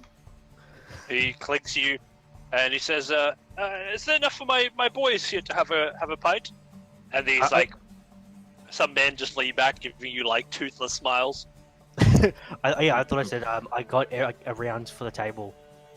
Oh, Yeah. well, brilliant! Boys, dig in! And they grab like 2 each, and move back to their normal sitting positions. While this conversation's happening and they're all getting quite enthralled in it, Ren is going to just like stealthily walk past and just look what's in each of their pockets or pouches. Anything that's valuable, we'll just take. Out of the men that are sitting around the table? Yep. Alright, go ahead and first I'll get you to roll a general stealth check just to see how stealthy you are. Like a 24. Jesus. At a 24, I Pretty will good. say that you managed to sneak in the middle of this noisy and crowded inn. It's not hard to remain inconspicuous. And as you walk up to them, go ahead and make a sleight of hand check for who are you going for first. Whoever was having that conversation just then. Awesome. So yeah, you go right up to him while they're talking to your companion. And your hand slips in, and you see that he sort of unconsciously just swats as if something's annoying him, like a bug is on his leg or something like that, and he swats it away. And you leave your hand in there just to pretend that it should be. And as he then goes back to the conversation, you manage to slide it out before he notices. Holding nothing, I'm sure. Yeah, you weren't able to go. Okay. I just keep walking past, all very casually, stealth past. I say to the man, God damn it, Siri. I say to the man, where is the Nimblewright ship parked? Is it sort of the north of the door? The south? I want to see what these look like, especially the eye catcher, if it's very special.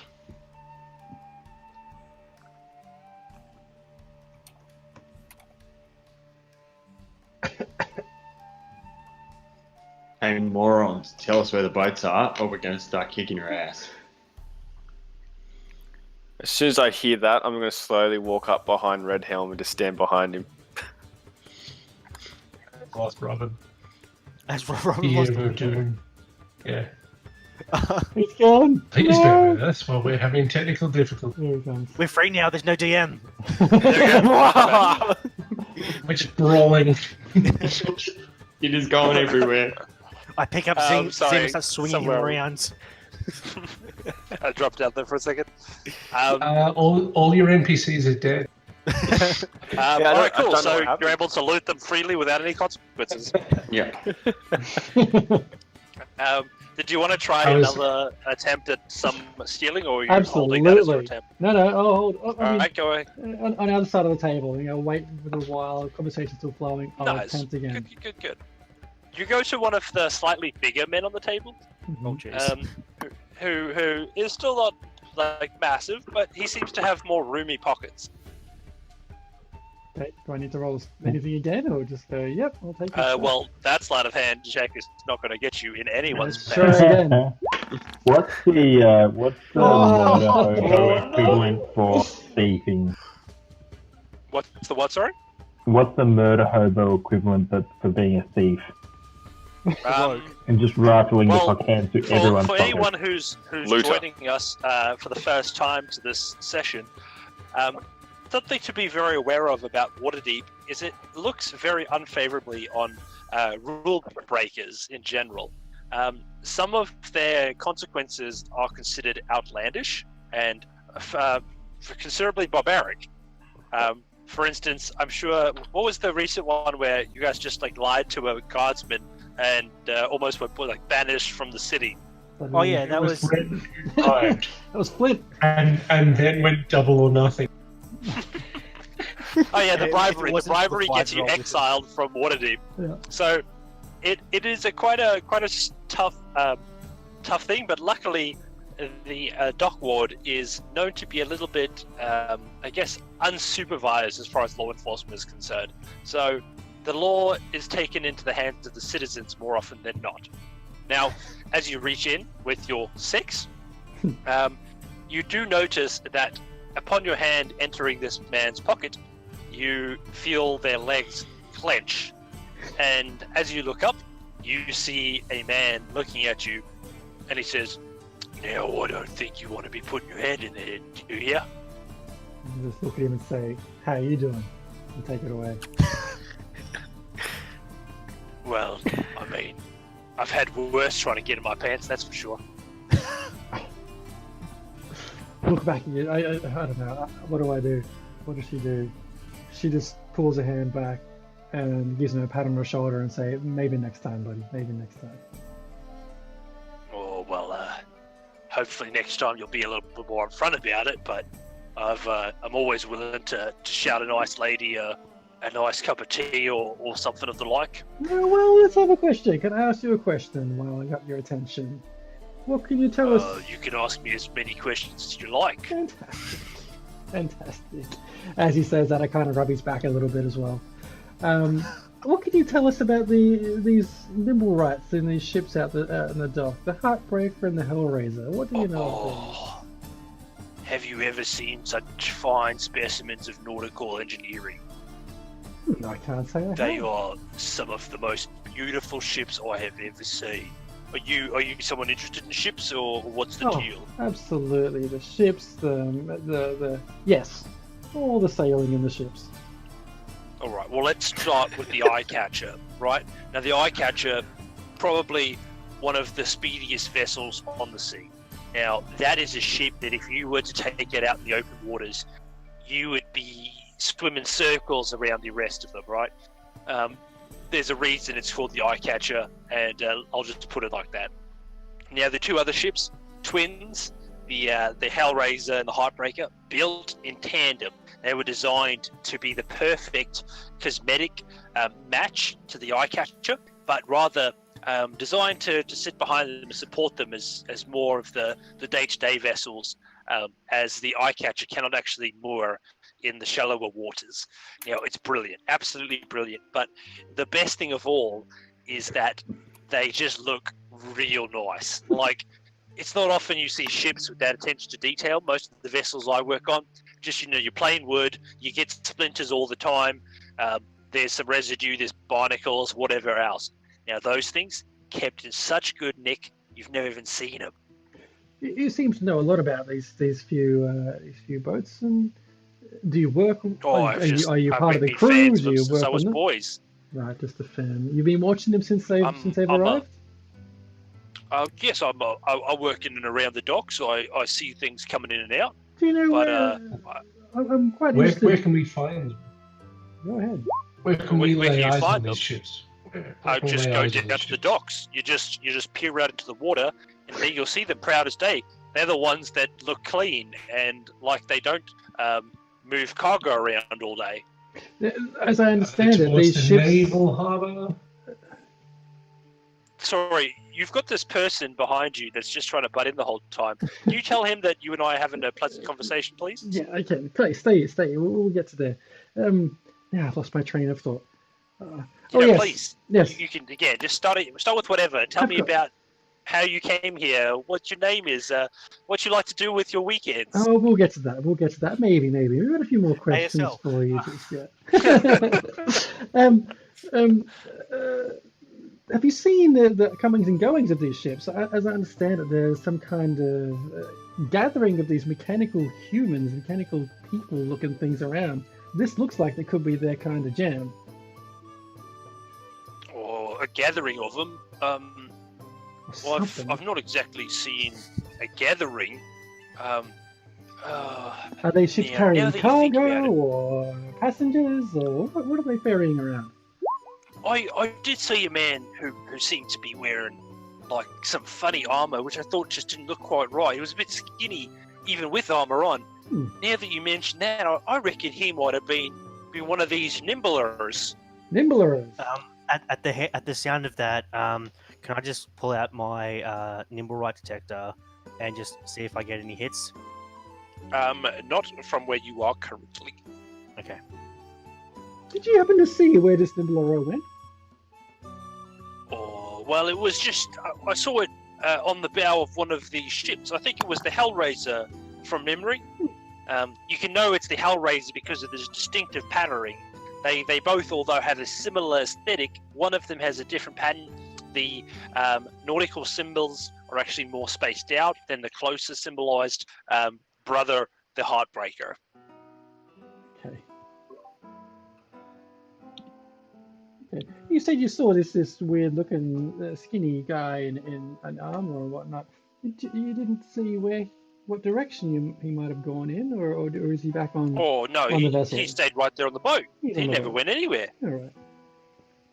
Do you know which boat he was on? Sorry, again, mate. Is every boy in this bloody bar trying to catch a bit of action with you? Or they're trying to get a bit of action? I just don't understand. I'm trying to have a nice conversation with this lady, and you guys keep trying to come into my business. That's all right. Do you want me to smack you in the head, mate? Because she is with us, and if you talk like that to her, I will smack she's you in her the own head. woman. She can go after you if she wants. I'm just saying she's choosing me now, all right? This is Finders Keepers rules. She chose me. You think you own her? Mate, No, I'm me and saying Steve that are right gonna now smack you she's up the choosing side. to talk to me and not to you, all right? So when she goes over to you, she's got my blessing. But right now, Lass, please let him know you're talking to me. Oh, you Jesus are. Christ, mate, she's gonna stab you. You said your blessing. You don't own her. Don't worry about us. She's gonna kill you way worse than us. I just turn around and walk out of the bar like this dude's gonna die. I'm just trying to have a nice little chat with you. I'm sorry if that came out wrong, but I just don't understand why everybody wants to have a piece of me tonight. No, I understand. My friend over there gets a bit hot-headed occasionally. As I say this, I sort of give him a firm grab on the back of the neck and sort of ask, we want to try and track down this creature. Would you recommend we go and head towards the ship and see what we can find there? We just want to find out more Oh, about I reckon you'd find it right in there. Just have a chat to them, and I'm sure they'd be happy if you have a reason enough to maybe even see it. But I've never gotten that close. Okay.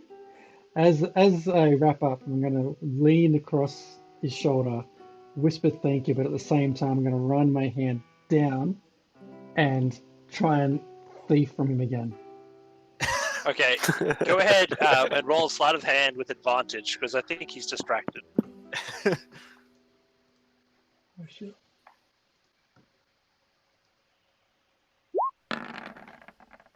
Hey! With a nat 20, you reach in to his purse, and Yeah, you do. you're able to sort of find a nice little purse there, and you're able to pluck it, and you're able to take his purse off him. It is knotted, but that's never stopped you before.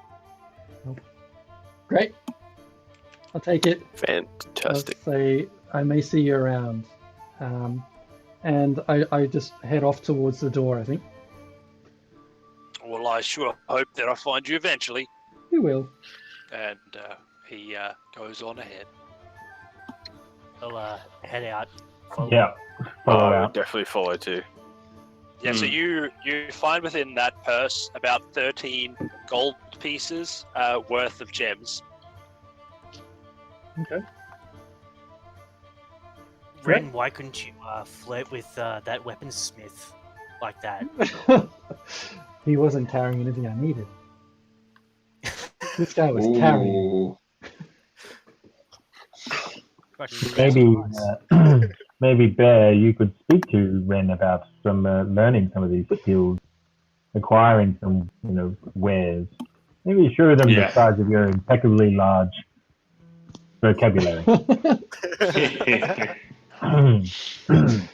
Great. So, Very well. in the conversation I had with what him, we did said we find out? we should meet to head towards the Hellraiser. It has a more spaced out pattern on the front compared to the ship called the Heartbreaker.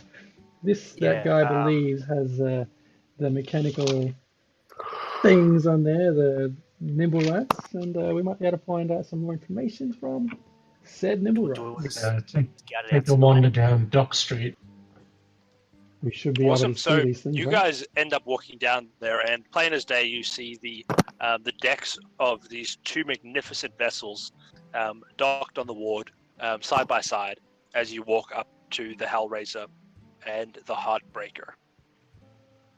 Give Red Helm and Jigan and say, turn on the thingy. I'll turn on the nimble right detector. Is it just always going, or is it like It's a trigger press that causes it to activate. Okay, I'll press the button. And as you do, this thing just goes off. Like, is it just vibrate, or is there a sound? Where are you pointing it to exactly? Well, it's within 500 feet. Like, is it a straight line, or is it like a radius? Are you pointing it at a ship, or are you pointing it in the air? Are you pointing it at the ground? Just like, at the ship. All right. So you point it directly at the ship, and it just starts going completely off. When I say that, what's actually happening is that it is clacking, it is whirling, it is spinning, and it's tapping. It basically has every range of motion. It is just this chaos whirl of movement as you pointed in that direction. I think my dad had one of these in his side drawer, and then I turned it off. So did my mum. Okay. Yeah, Steve, wonder you've if been that's, gone for a while. It just goes south real fast after the first break. I wonder if this thing is identifying what we've like, that there must clearly be some nimble rats on the ship then. Yeah. What did you hear inside the tavern? I couldn't hear all the information over the noise of the rowdiness. All I did got have was my information about a festival, ears. but that's A about it. festival of what? About a festival that the Nimblewrights put on. How many Nimblewrights are at this festival? Like 12? I probably, but judging by the reaction of this thing, I'd probably say a few, but And the not fact the that ones there's that are two after. Sounds very scientific.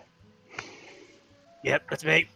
What Big I scientist. learned was that these things tend to just stay on the ship unless they need to go out for something, whatever this festival may be, but they don't live in the city. They will be on the ship. If this Well, one of these things knows about the one that's missing, or if we see an obvious gap in what's there, surely we're on the right track. I think it's worth getting on that boat, getting sneaking on on that board. boat, and checking well, it if out. they're all on the boat at the moment, wouldn't we want to be looking for the ones that aren't on the boat? Yeah, Like- absolutely. But if these things can communicate, then we should be able to ask them, "Hey, where's John?" As you guys Are there are, any pictures, posters? anybody doing some perceptioning? Yeah, well, what I How's was that? going to do was grab at the Nimblewright detector and pretty much spin in a circle, but not include the boat in that circle. Yep, that'll so find it. you do a spin, and whenever you don't point it at the boat, although it still is definitely vibrating, it's not vibrating as vigorously as it was before. Okay, so it's like in that direction there may be a Nimblewright. Well, more so that if it was sort of a radar, you'd be picking up much stronger signals pointing the radar directly at it than just sort of the ambient signal from the boat. They're all on the boat. Yeah, I got a nat 20 on perception. Any of these posters that the guy referred to, they're supposedly every. No, well, one of the others said that they had seen no posters yet. Yeah, one said they'd seen it. So, Right, or I reckon we raid the boat, Sounds boys. very much like we head to the Yeah. boat, gentlemen. with the the boat. perception, you notice that the boats are heavily guarded, and something that you find is kind of odd is that all of the people that are working on the boats are above average beauty. They seem to all be attractive humans, which is very odd for ships manned pretty much anywhere in the city. It's typically the undesirables or the people that are a bit more hardy that help the boats. Interesting. What The time? boats have got humans on them, not of Nimblewrights. Yeah, they're humanoids or are they Nimblewrights? Or have we seen a Nimblewright? Yes, we have. Yeah. Have Yeah. we seen a Nimblewright on this ship? Like, are we seeing do stuff? You have And if- not seen Nimblewright on this ship specifically. All you No, are but seeing the little- is humans wandering. And the little doobie wacky's gone apeshit. Just Yeah. wondering Yeah. if they're wait staff kind of thing, like Return of the Jedi, Void, here's your drink, or are they more autonomous? Well, Ren, why don't Self- you go up high and maybe get a little bit closer as you can and see what you can tell us about the ships? Maybe you can, from a good position of advantage, you'd be able to look down and tell us a little bit more about what you can actually see on the ships and maybe work out if one of the ships has less people guarding it, or maybe you can see, the old back entrance to the ship that we can sneak in. in the water. Sure. Did I say something funny about a back entrance? To a ship? I just had how many entrances ships have, but I thought it was just less than 2. Yeah, mate. See how many seamen come in the back entrance. If you want to go there, if you want to go on the roofs, if there's any shadows or anything, just so I can get a little bit closer and try and like slink in the shadows, sort of thing, and see Okay. how I'll get a bit I closer. mean, I could throw some fireballs, but probably not as, sneaky as you guys would be able to be. Okay, so I'm going to look around. And what's nearby that I can climb? Is there anything nearby that I can get at least 20 feet up on? I mean, the only thing that's there really is the dock itself that's leading up with like a walkway. And before you guys are able to get on, Bear, you hear the footsteps behind you of of 3 sets of footsteps. Turn around to have a look. Turning around, you guys notice what seems to be a sort of a little bit of a chubbier man, with 2 what seems to be bodyguards with them as they approach. How can we help you? Oh, well, I was here to find the one they call Captain Zord. I'm here to buy one of those contraptions. Contraptions? Are you part of their crew? We work for Zord. We're his heavies. What contraption do you need? If you can take them to me, well, obviously those Nibblerites. Yeah, we can walk in, but you do as we say when we say, nothing different. Oh, right. Well, I don't say I know how these things work, but lead on. So we walk, the Minotaur and I, Steve and I, walk up to the boat, the Hellraiser, with this gentleman. I love this. Walk up. The second you guys get close, the humans all turn to you, and one of them says, "Stop right there." Relax, sweetheart. It's all right. Relax. They all sort of turn, and you suddenly see about 10 of them above you on the railings of the ship come to the side, and the guy, looking a bit confidently, looks at you and says, "No, I don't think that you will." Jesus Christ, talk about overkill. So, we're here to deliver this fella to Captain Zord. We're after a assistance in purchasing, as he calls them, one of those contraptions. Make a persuasion. Let's go to a deception check here.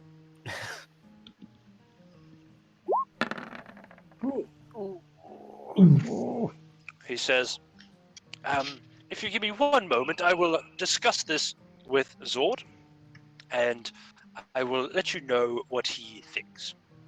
And disappearing, you're all left to wait there with the rest of the guards still watching you. And they come back, and the guard says, "Well, for you, fine sir," and he points at the sort of pudgy man. "If you would like to come all the way in, we'll take you immediately to Zord. For the rest of you, Captain Zord has extended an offer to house you all for dinner tomorrow night upon the Eye Catcher." We accept. I could be down. Free food. Yeah, we're in. Brilliant. Well, come tomorrow, right as sun is setting, and we will take you out upon the waters to meet Captain Zord. Indeed. Sound. And with that, they sort of close up and let the other guys through, and prevent you from entering until tomorrow. About Okay. what time is it at night? Like, Probably close to 11 or 12, as you guys were flirting your way through the information you're gathering. Alright, I walk back, tell the group what they've just told me. I recommend we go back, bunker down for the night, get ourselves relaxed, and then come back as the sun's setting. I think we're going to have a big mission on our hands. Beautiful. Did we get escorted off the boat? You never I even never got made on it the on. boat. yeah, we never made it on the boat. Can anyone go invisible? What goes invisible? Can anyone go invisible? Can I put a cloak over me and try and pretend to be invisible, like the old kids thing? I can't see you, so you can't see me. I'm thinking Zim, You maybe. can try, but eventually he'll retract his dinner invitation. Are we heading back towards? I cannot go Winchester? invisible. I cast big ass fireballs and make things blow up. I don't go invisible. I'm all for burning down the Hellraiser by throwing fireballs at it, if that's what we want to turn back and do. A man of culture, I see. Once everyone starts to move away, Red Helm's actually going to hang back and just like surveil in the shadows for about half an hour, keep an eye on the boat, see what goes down. before heading back to the inn. I'll probably So stay what are you with him. trying to do? What? What are you trying to do? Like when everyone starts to like head off, like Red Helm wants to stay like in the shadows, just watching the boat and seeing what goes down. Awesome. So yeah, the rest of you go back. I will resolve you guys watching the boat in a second. As we go back, as we go past the tavern, Yep. I'm going to go and find my wolf friend and make sure he's okay and get him to come with us. Yeah, he seems fine. As it's become very late, they seem to be a little bit more receptive to coming with you, as everything is shadow now, and they follow you cautiously, not really trusting the rest of your companions, but sticking close to you. You pick yourself up a boyfriend, Irene. Shut up, idiot.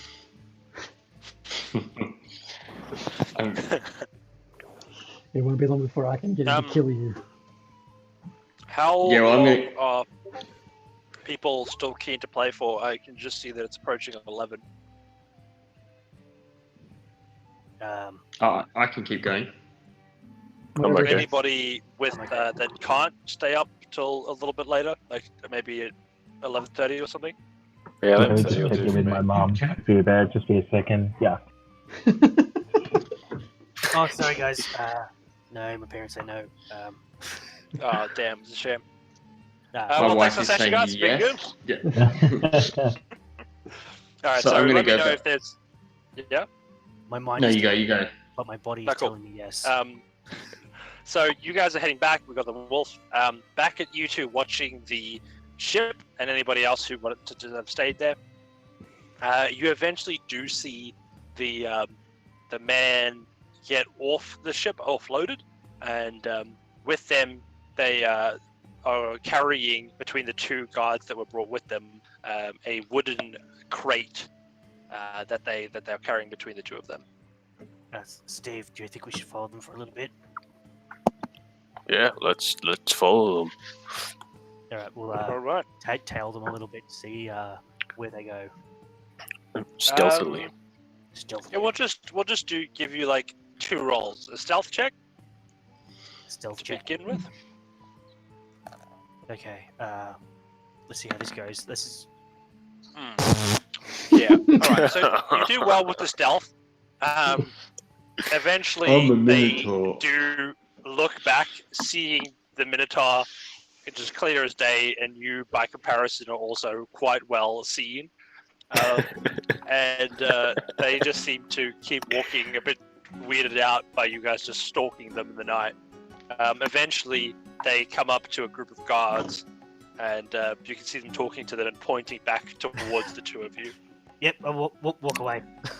Oh, just find the closest alley and just divert down that way. Walk away. Yep. Walk away. All of the like clotheslines that are hung in the alley get caught in your horns. Just Oh, like, crap. tick, tick, tick.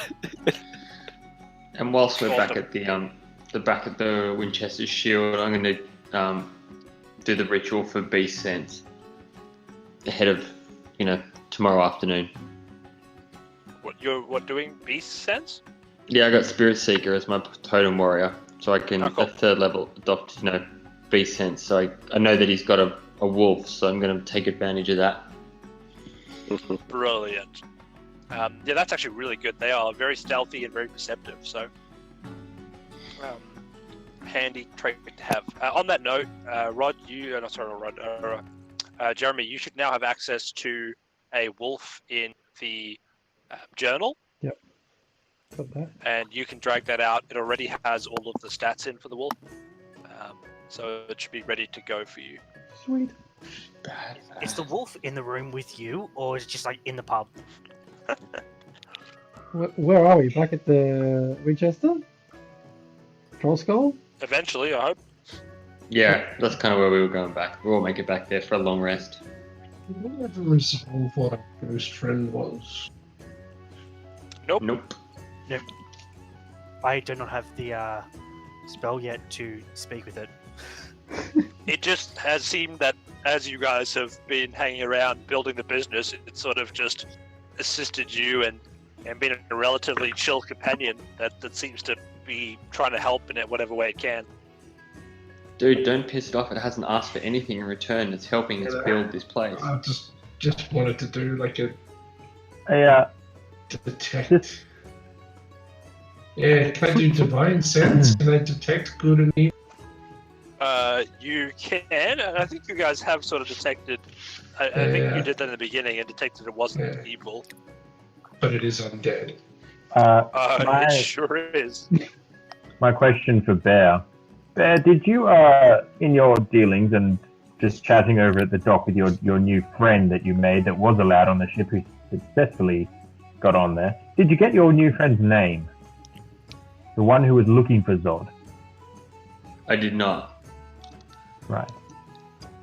Okay. That would have been clever. That would have been the smart thing to do. Well, I mean, you guys followed him, right? You saw where he went. At least you know the location that he went to. Yeah, his people were quite wily. We actually unfortunately lost track of them. Oh, good. Well, at least we now know not what his name is, nor where he is going. Don't think I'm retreating. I feel that I'm heading to my library for some quiet. All right, now that old fight's gone, let's get. Jeez, mate, I know. What an absolute greenie. Like how Talk. how's his form? Guys, this is so smart. I know, like, we're pretty smart. I know. Look, We always lead the charge. exactly. What does he do? Ooh, spell. Ooh. I don't want to hit anything. I just wiggle my fingers and they run away from me. I've got small man syndrome. I got stuck up Beowulf's arse. It was scary. Pretty good. Are you Please feeling don't hurt me, attacked, 'cause- Zim? Are you feeling attacked? I'm a real boy. It's alright, you can't hear it.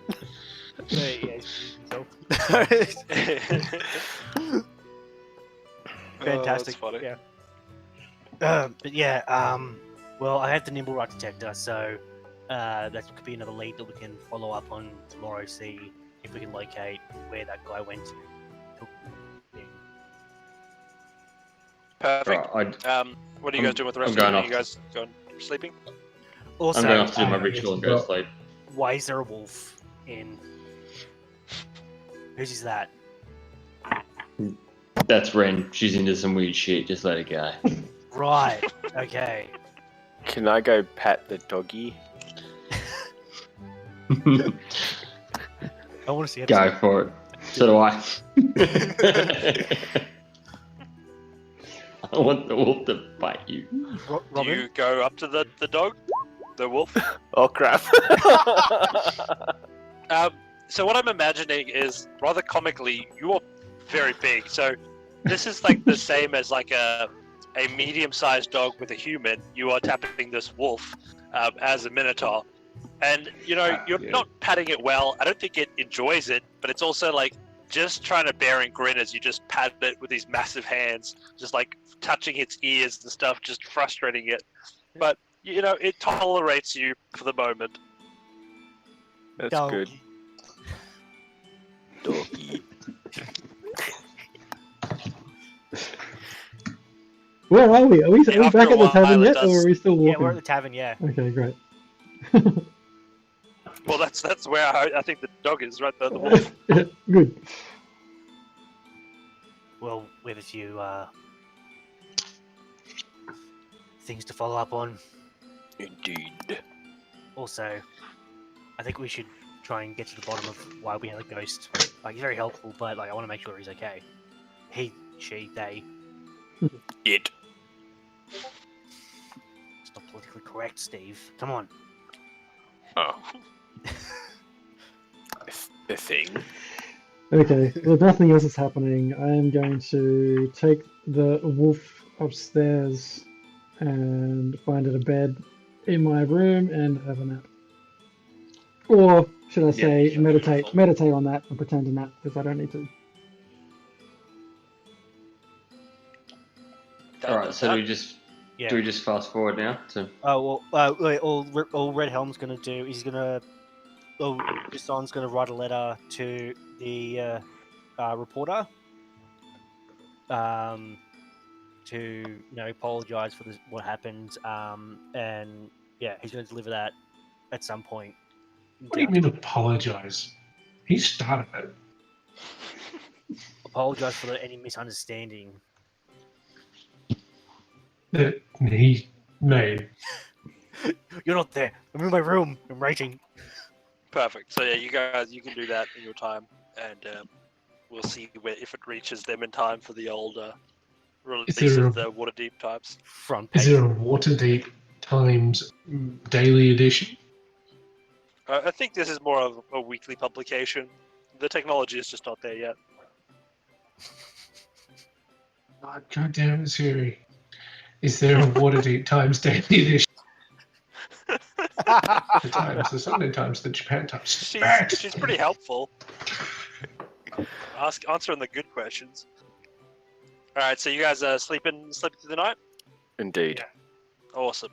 Time passage fires, and then you guys find yourself awake at your normal time, and you guys have an afternoon to sort of, or at least a morning, to utilize as you will before your obligation this evening. First thing, I'll send the bard out for some groceries.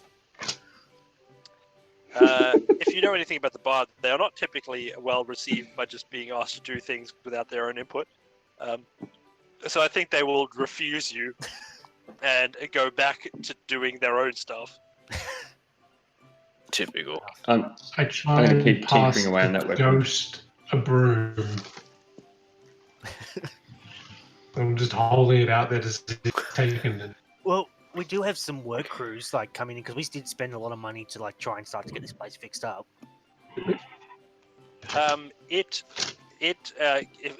sees you holding the broom, and it floats over and holds out a glass.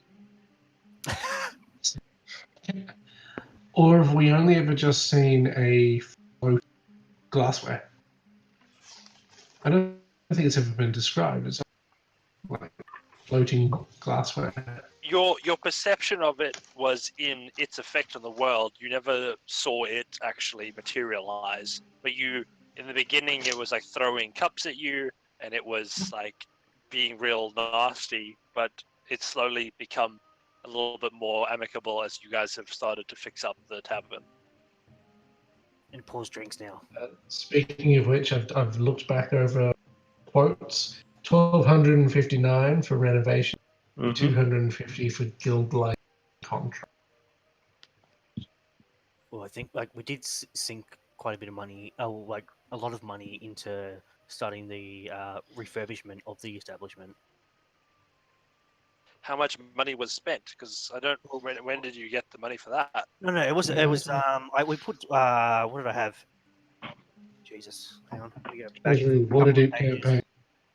We got 150. Yeah, I had 8 silver that's bars that were worth 50 gold pieces each. So there was that, and then Beowulf had the other ones. 7, yeah. They never got released to party. Well, that was straight up, just us going this is what we're contributing to the restoration of the place. Well, that's fine. Yeah, I'm pretty happy with it, sort of beginning to finish up in that regard. Okay. So it's definitely taking some time. It's only been a few days since you made that investment, so it might just be that the guild hasn't quite gotten there yet, because you haven't at least seen the guild come to start doing renovations. They would be quite obvious. Yeah. Okay. Cool. Yeah. I'm with that. Cool. I really want to find out about this ghost, but I'll do that at another point. It's one of those things. You guys can ask as much as you want, but the ghost isn't going to be able to answer you. So, well, if it's a ghost, there must be possibly a body or something somewhere. Can we give it a name instead of ghost? I thought Casper. Trevor. Trev. Patrick. I think Steve's a good name. Steve is a good name. Wilson. That's Swayze. Amazing. Swayze. I like Swayze. Sweet. Oh, Hey, so, Swede, get me a drink.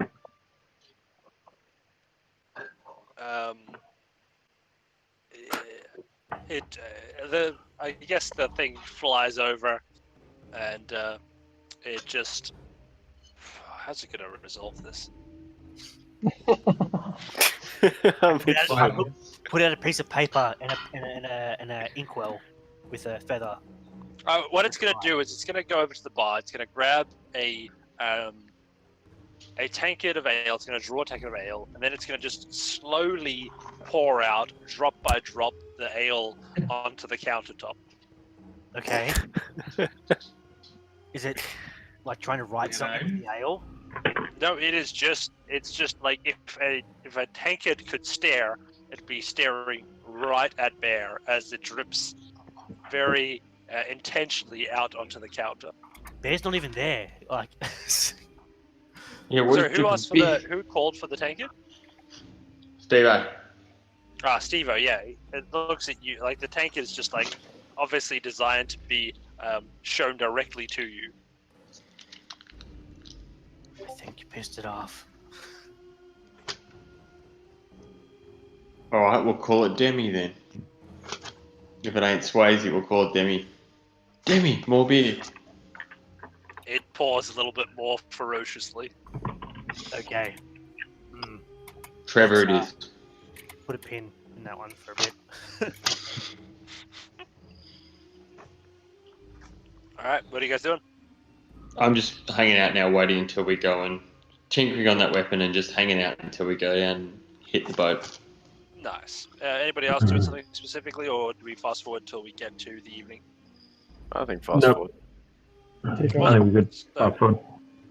We quickly get to the evening as you guys spend some well-needed time unwinding, and as evening approaches, are you guys anybody dressing differently for this occasion? I'll put my best clothes I can have on, Best loincloth. which are just Yeah, your it's the standard decorative clothes. loincloth. I oil up the best I can, make everything pop. I'm like, I just polish up my horns as well. Oh, nice. Wearing my nice wizard's robe and my pointy hat. Oh, beautiful. Hey, It's properly pointed. Being the only female in the group, I do nothing. Beautiful. Yep. Let's I'm not just gonna do a quick- perpetuate those gender stereotypes. No. a quick shout out to the True, DM yeah. who suddenly made the music like super sultry. It's always the fashion, as it's important. Cool. So yeah, you guys finish up, get yourself dressed. As it normally is, Ren seems to just have that sort of natural air of confidence that doesn't need anything else. And you guys are ready to head over to the Dockward again. Very well. Off we go. Excellent. Heading there, you encounter no troubles as it is still light out, and slowly but surely you do find your way back in the Dockward in front of the two giant ships. Great. Let's just walk What are you out. guys doing? Let's walk up. Cool. Actually, check it out first. What time is it? About what? It's in the evening. Yeah, I'd say you guys are there around 5-ish. Okay. Can I see if there's anyone else around us, sort of joining this procession? Is this trying to check out? This is a private dinner or like an event? It seems, by all accounts, that you guys are the only people that are approaching. Zim, what are you muttering over there? I'm just ensuring I'm prepared in case anything happens untoward. Why don't you wear armor? Because my fine robes are delightful. I'm not wearing any pants, but these robes just, they keep the breeze out. So, Freeballing? Honestly, if there was any Is reason he to be a free? wizard, you've just laid it out for me. Yeah. Freeballing, yeah. so I No keep the chance. camera So you facing guys- up. On we go. You guys approach, and the guard there sees you and says, "Well met, and welcome to our fine vessels. I will be in charge of taking you over to the main ship tonight, and from there you'll be able to continue forward to meet Captain Zord. Is there any questions before we start our journey? Has he thought of adding a feather to his last name? I don't believe so. Is this some sort of jest? No. I just think it'd sound cool. It's a very high All honor. right. Well, thank you. I guess I'll be taking you on if there's no other questions. Do you guys serve Please hot do. potatoes? Take us aboard. Yes. What did you sell? Hot potatoes? Did you say? What was your comment? He wanted to know if anybody had driven past here recently in a large red car. No, Ignore him. He started drinking early tonight. Good evening, Well, and thank you for accepting us tonight for dinner. Shall we head follow in? me through here. I will get you over to the ship, so I may be done with you. And he heads over to a smaller sort of vessel designed to carry you between the ships, a little dinghy, and he sort of puts you all on there, and there's a few crew that are there ready to row. I'm a little anxious around having multiple giant units in a small dinghy. Sure. How's that manifesting? I'm looking around anxiously. I'm just very much aware of everything that's suddenly going on. Cool. So the boat I'm starts... actually going to just, while we're in the boat, I'm going to do a quick investigation on anyone else that's in and around with us. I just want to make sure that they're all like legit. Make an investigation check then. The question I have is whether are the people rowing the boat, are they human or automatons as well?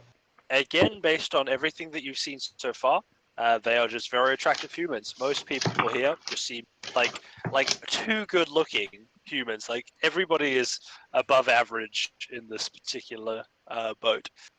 So fits right in. So while we're rowing, can I just turn to one of them on the boat and just say, "Hey, where are you from?"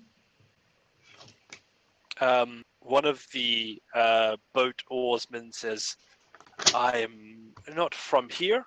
I travel with the boat, and it is my job to make sure that we get where we're going on time." How far away are we going? Oh, just to the eye catcher, as you can see it approaching there. We'll be there in nothing more than a few minutes. How long is the eye catcher in town for? Oh, I believe it's sort of sitting there. I expect to be here at least a 10-day. Can I test by pointing and pressing the nimble right detector to see if they are human? It is the same reaction to when you pressed it while not pointing at the boat. It is whirring, but not at the frequency as it was pointing towards the boat. Okay. Additionally, when you do that, please do not point that weapon at me. I will be forced to retaliate in kind if you dare bring a weapon near myself or Captain Zord again. It's not a weapon. It's a time I'm device. not asking you. I'm telling you. Put it away. Thank you very much. Let's enjoy the rest of our journey together. And they, in sort of a companionable silence, they make their way back to the main ship, the Eye Catcher, which, as you approach, you realize that even though those other two boats were beautiful in comparison, this is just a gorgeous vessel. Everything about it screams elegance, class. You see the wood is made of the most gorgeous, rich gold, and it is made of mahogany and rich dark cedar and all of the woods that if you knew anything about them would make you just go wow. And getting closer still, you recognize the patterns are intricate, and even the wood itself has been had its grain shaped in such a way that even it tells a story of design, and it is something to behold. This is a ship that just oozes money. Yeah, money. What is around? Can I have a look for any like barrels or how much staff are hanging around? Like, what's the current situation on the deck? I know there's lots of fantastic looking wood, but what people and item situation are we looking at? There's a bunch of people. Is there something specific that you're trying to understand? Yeah, can I go and steal anyone's ship? Oh man, that's a brave move. Can we? People have stuff, but I don't think any of them are in the same way that you saw in the tavern, having a lot of their own personal possessions. So there's stuff that's standing around on the boat itself, but not anything necessarily like a coin purse on an individual. Okay. As we board the boat, I'm going to stealth so I can sort of fade into shadows and not be super noticed. Just so that we're on the same page, you are approaching a ship with an armed guard. But there's also 6 of us, so I kind of want to fade into the background of the 6 of us. Cool. I can let you sneak in the back as a Goliath. Yeah. Goliath slinks down a little. He's now. He hides behind me. We quiet.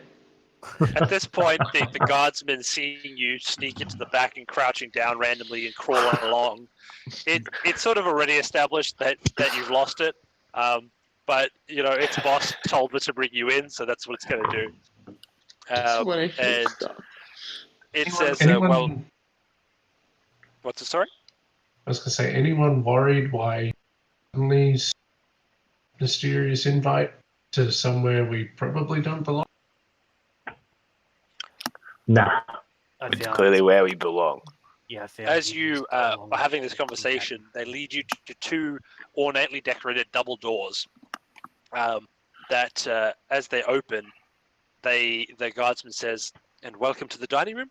You'll find Zord in there, and from there I will bid you adieu." And you see the dining room cabin is decked in golden filigree. The purple curtains festooned with silken tassels, the wood paneling scented with perfume. A magnificent feast laid out on golden platters sprawls atop a mahogany table of exquisite craftsmanship. Even the doilies are something to behold. Standing behind it all, with wineglass in hand, is a well-built, scantily clad man, his scarlet apparel designed to accentuate his trim figure and bountiful chest hair. A flashy rapier hangs from his stylish belt. "Welcome aboard the Eye Catcher," he says, flashing his pearly white teeth. "Zardoz Zord, at your service." Sorry, what was your first name? Something Zord? That is Zardoz. Zardoz. And welcome to my fine ship. I hope that you've enjoyed what you've seen so far. Does he have Impressive. any on his person a feather? He doesn't. Yeah, there's literally a feather through his hat. Like he's wearing a beautiful purple hat with a massive ass feather stuck through it. Zord, are you? Is it Zord or Zardos we should be calling you? That is for my friends Zardoz Zod. So you're more than welcome to call me Zardoz. Zardos, I must ask. In my travels, my name is. Let me introduce myself. My name is Zim Graysoul.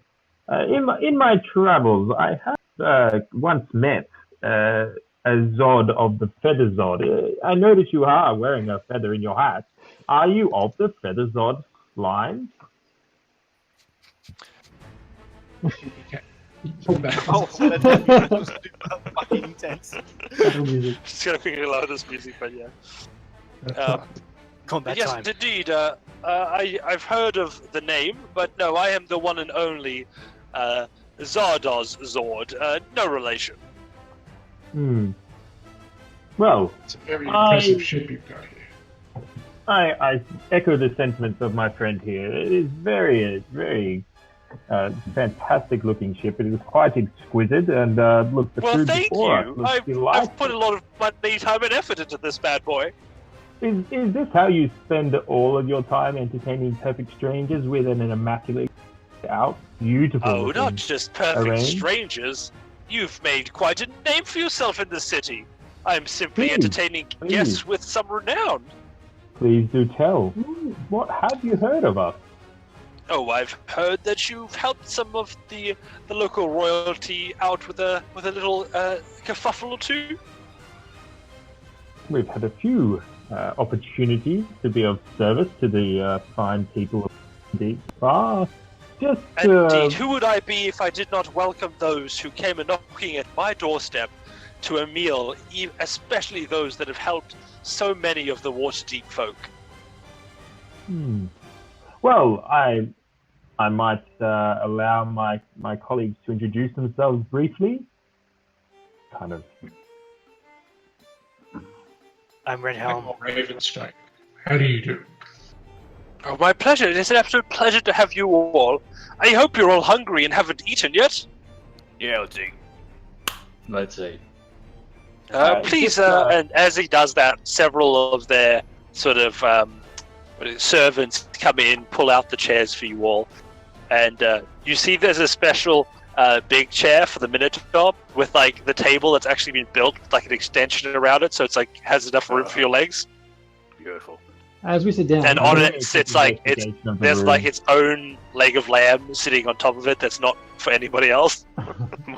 Oh, spoiled. I'm doing a quick investigation. I just want to understand whether. Oh, yeah, okay. Well, great. I ran double 20. That's insane. That's a rare one there. Huge. I want to know Yeah, whether or not 20. anything is off with the serving staff. I want to understand as much as I can about the food itself and the layout of the room, whether it is there a hint of blood in the corner that hasn't been washed away properly, or is there, something wrong with the serving staff? Are they dead-eyed and don't actually look like they're in control of their own body? Yeah, and to assist him, my danger sense is going, I want it to be triggered because it doesn't seem right that we have shit ready for the Minotaur. Not smart, but I know that's not right. To be fair, they have had a day to prepare, but in saying that, none of you guys, even with your danger sense, nothing is triggered. As far as your physical safety, it seems that all is well. The staff have never seemed empty-eyed or dull-eyed. They've all seemed really on top of it, and when you look in their eyes, there's just a glint of intelligence. And again, with this sort of not unnatural, but just extensive beauty in everyone, from every single serving staff, every single rower, all of them just seem very attractive. We found out about these ships and the fact that they were bringing a party of Nimblewrights as performers. We've only just encountered our first Nimblewright. I'm curious as to what brings them to Waterdeep. Why is there a travelling band of Nimblewrights? All these automatons. Have you not heard of the festival that I portray every year? Oh, this is your festival. Indeed. I am the one who brings the Nimblewrights. I travel here with my ships, and I travel all around. And in this case, I brought them here, and I bring them to entertain. But when they're not marching in the parade, the Nimblewrights, they just remain on board, and therefore I don't think any of them have left. Have you heard of anyone who may be wishing to take them from you? Oh, I've sold a few, don't get me wrong, I am a businessman. But beyond that, I do not know of any of my Nimblewrights doing anything suspicious. You didn't maybe acquire a new Nimblewright in your journey here, did you? He says, just give me a moment, let me prove myself. And he clicks his fingers, and a Nimblewright comes in carrying a decanter of wine and just says, anybody for some wine? The bottle, please. Does this Nimblewright look like a Nimblewright? You can see there's two on there. One of the bottles he puts down for you, the rest is poured out to anybody that wants some. But what I want to know is, replicating. did you buy one here that was already made? Hey, they're nimble, right? Yeah, have you bought a nimble right that No, wasn't I made brought by them. you? I bought them from Luskin, and I brought them here to sell in the mainland. I've not actually bought any here.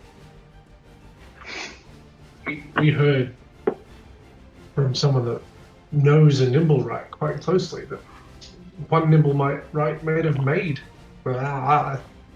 Say that 3 times. One nimble right may have made another nimble right as a companion or some other purpose unknown. What do What you a think of that? curiosity. I mean, not impossible, but I do not know exactly of which you refer, but I guess it's possible.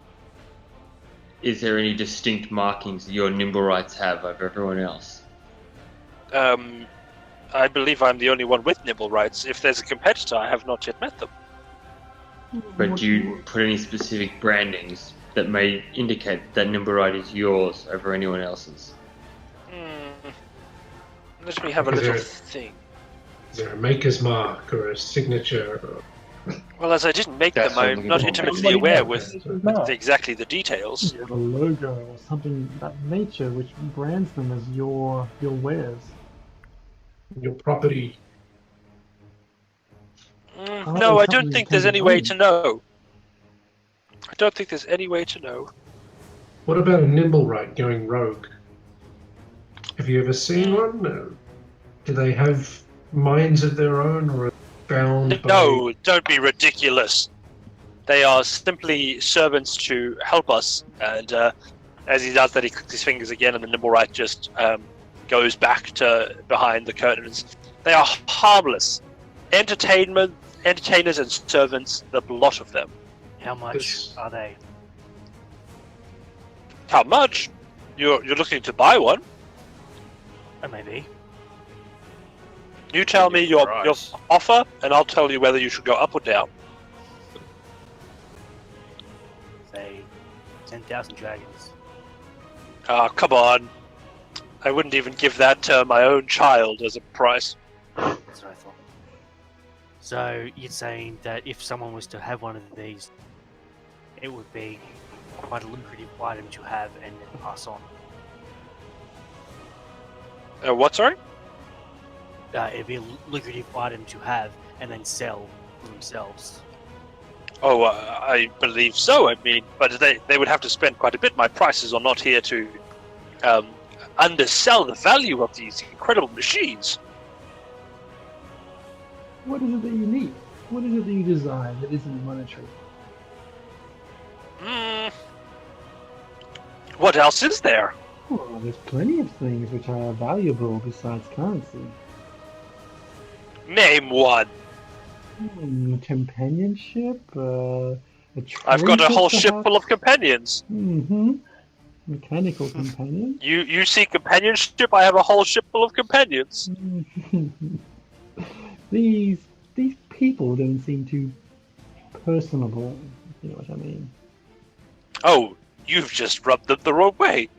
It's what you do when you try and sneak onto a man's vessel in the middle of the night. We did no such sneaking. They were greeted on the docks. We did no sneaking. Oh, let's not try to kid ourselves. Have a bit more of the wine, and please eat some of the meat before it goes cold. I'm going to have a bit myself, but please keep talking.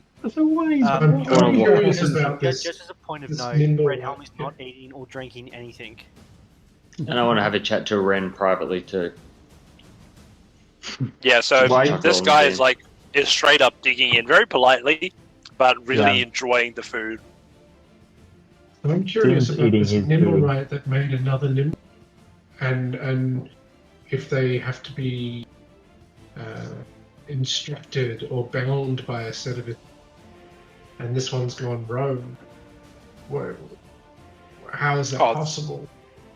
Well, again, I have said I don't necessarily know how it is that this happened, or whether it has. I've heard nothing for it. But it is indeed that each of these is designed to work with some simple commands, and as long as you utter those commands, it will do as you ask it to. You had to find a specific nimble right. How would you go about that? Oh well, I think you know how to find nimble rights in general, but as far as I know, there's no way to track down a specific one. I want to lean into this guy and say, I'm intrigued. Why invite us on this ship of yours to have dinner with just you? What is it you'd like from us? Oh, I'd like some time to chat and to find out what's happening in the city, and just I find that while I'm here, it's amazing to be able to hear about some of the amazing stories that come from those of us that are heroes in this time. Would you like a business opportunity to showcase your nimble rights at the hottest inn in Water? Oh, don't you worry. I have a festival that spans the entire city. I think on that front I am well enabled. In that time, I lean over to Ren. And say, I need to borrow your wolf and that necklace. Having just befriended this wolf bear, I'm a bit concerned about what you want to do with bombs and the dog. What? Well, if this nimble right had the necklace and your dog can track it, wouldn't it be able to pick up the scent off the necklace and track down on this ship? And I can tune in and find out where it's going. Listening, I'll throw you a bone. If you tell me why you're looking for this particular nimble right, I will try my best to find out where I sold it to. So there was a nimble right involved in an incident down. Big explosion. Killed a couple of bystanders. Oh, an explosion! How did that happen? We're not sure. We have no idea what caused it? Witnesses saw a nimble right. Was there some residue of an explosive used? Was there magic? What was the cause? At that, I pull out the necklace and show the two left and the one missing, and say, "This is what we found." Marvelous. On your ship. Now, of those that died, was there someone of interest that fell prey? Would we be here if there? No, but I want to find that nimble right. Give me the wolf. Give me the necklace. We don't need this bloke's help. He didn't sell it. This nimble right was made. Give me the necklace and give me the wolf. Does the name Bashik ring any bells? I smash my axe into the table. Just give me the necklace and give me the wolf. Sorry, who are you slamming? Who are you arguing with? I'm arguing with Ren. I'm screaming at Ren to get the necklace and her wolf. Alright, you do that. I think he's just ignoring you. And he says, so was that the name of the gnome that was coming to you guys? Someone was hanging out with Bashik. And Nim attacked us. No, that's right, yeah. The nimble right that we're after. No, it's not. That's the original Nim. That's the priestess. The Zentarum. There's a tattoo. Something about the Zentarum was a secret organization that was targeted. There was 2 dead humans. There's this guy. So Nim, I may have wrote some really shitty notes. No, so yeah, this guy seems to look at you and say, "Well, that's marvelous. Well, if you give me one moment, I will do a bit of digging and I will see what I can find for you." What do you want these bombs for? He excuses himself and heads to the back of the ship. Okay. Yeah. Okay, I don't want your bombs. I want the dog. I want your wolf to track the scent. While these guys are fighting on one side, I'm kind of just leaning over to Claymore and Red and Steve. Do we mention about Floxen, Ursel Floxen, the one who had had the people working on behalf of them? Which one? Yeah, Well, looking at the There we go, there's the Delacar evidence. was being followed, right? They were following Delacar when the massive explosion went off, and the people following Delacar was sent by Ursel Floxen, if you'll remember quickly. You take much better notes than I do. Yes. I read the recap that's inside of the journal that's kept for us, so that you can return and look at that at any point yourself. What a note. It's those gnomish intelligence Yes, paying off. So in the meantime, I'm giving the wolf the scent of the necklace and saying, "Go." And having not trained this dog, You guys are in the middle of an ocean. Where's the wolf going? It's up on the ship. I don't know, around the boat. If things on the boat, it's going to find it. Ah, That's fair enough, what fair enough. It just smells and then smells on you and then sits down and waits expectantly. Give me a pat on the head. So, DM, can I just double check our notes? I had Yes. tracking a Nimblewright automaton created by Nim the Nimblewright. Yeah, it was Nim the Nimble, Correct. wasn't it? Yeah, it was Nim the Nimblewright. Now, Yep. Nim is the guy that's in the cathedral-y, temple-y place. He made it, but we don't know the That's name correct. of So the that's individual. the Temple of Gon Yeah. had Nim And he's in it. considered a princess. Sorry, he's considered princess. a priestess. He's Nim so is a priestess. pretty. Nim is not a priestess. We spoke. Nim priest. is not a priestess. No. Okay. It was Cool. the dragonborn woman that was the priestess who helped you get to Nim. Who I believe was the name you were talking about before. now, Zim, to answer your question, this Nimblewright's been taken by someone. One of the organisations that run through Waterdeep. My best bet is it's the ones that Beowulf's with, or it's the other ones that we've heard of. Regendarth. Or Erstal at Grohund Villa. You know of Erstal, Mr. Zord. He is currently He's not in the room. away from the table. He's not in the busy- room. That's why we're having our secret little chat for a second. Yeah. Oh, we're probably definitely being watched right now. I'm going to steal a knife. Okay, steal a butter knife. Must be worth a bit.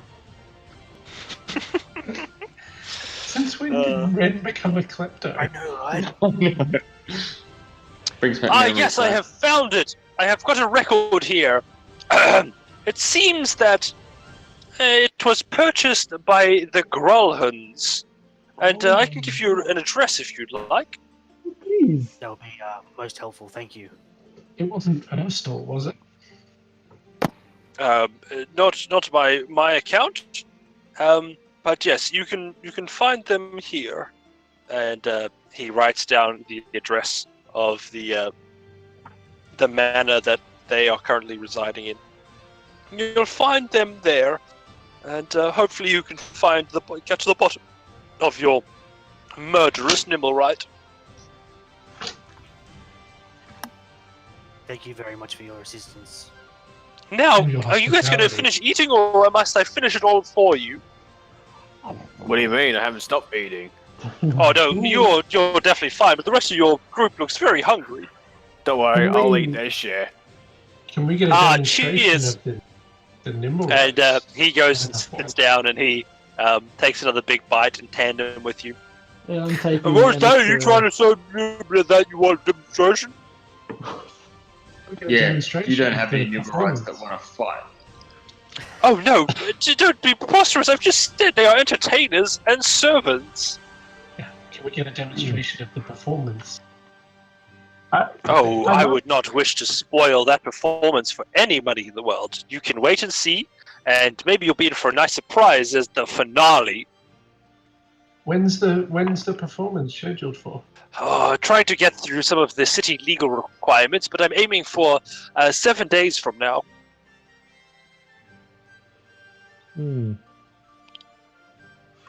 It's going Why to be a 7 show days? to Is remember. something specific happening in 7 days apart from your show? Why do you want it to be then? Oh, it's just the perfect alignment. It is when the seasons are at their peaks. It is sought to be quite a nice day by all accounts. I went to one of the local temples, and they blessed the day with fine weather. and it's just a lot of preparation that's gone into it, and it would be a shame to go to waste. Obviously, I could fix it, but I would rather not. Why are you having legal trouble if you've done this on a regular basis? Have you ever tried to set up a city-wide festival? What was the temple that you went to? Oh, well, that was the Temple of Weather Watching, of course. Of course. Just wanted to make sure, yeah, that you had found them. They're fantastic. Oh, are they not brilliant? I went in there and I said, is it rain or shine? And they said, for 50 gold pieces, it can be whatever you want it to be. It was marvelous. And look, without giving away the secrets, what's going to be special about this year compared to your previous years?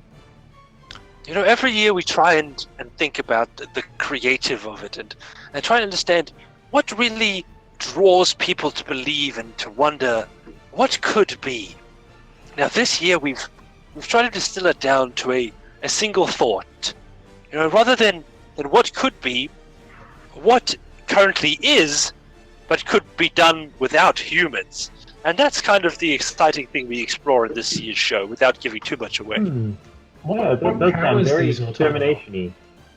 Oh, it's simply the menial tasks, you know, tasks like driving carts and things like people that do calculations for a living. Those type of people might be replaced by automatons. And then what happens to those people?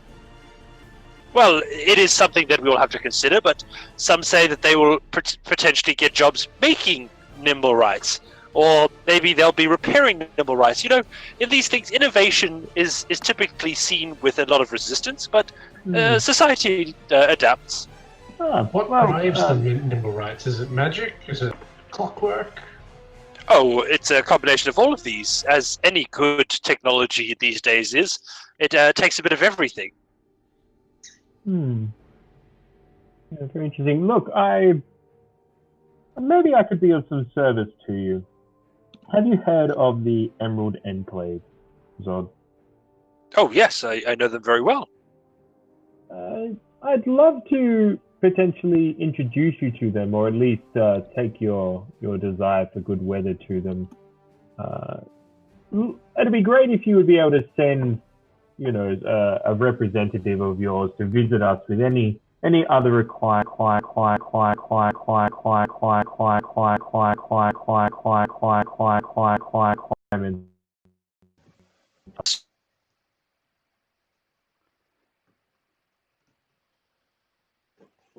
I need.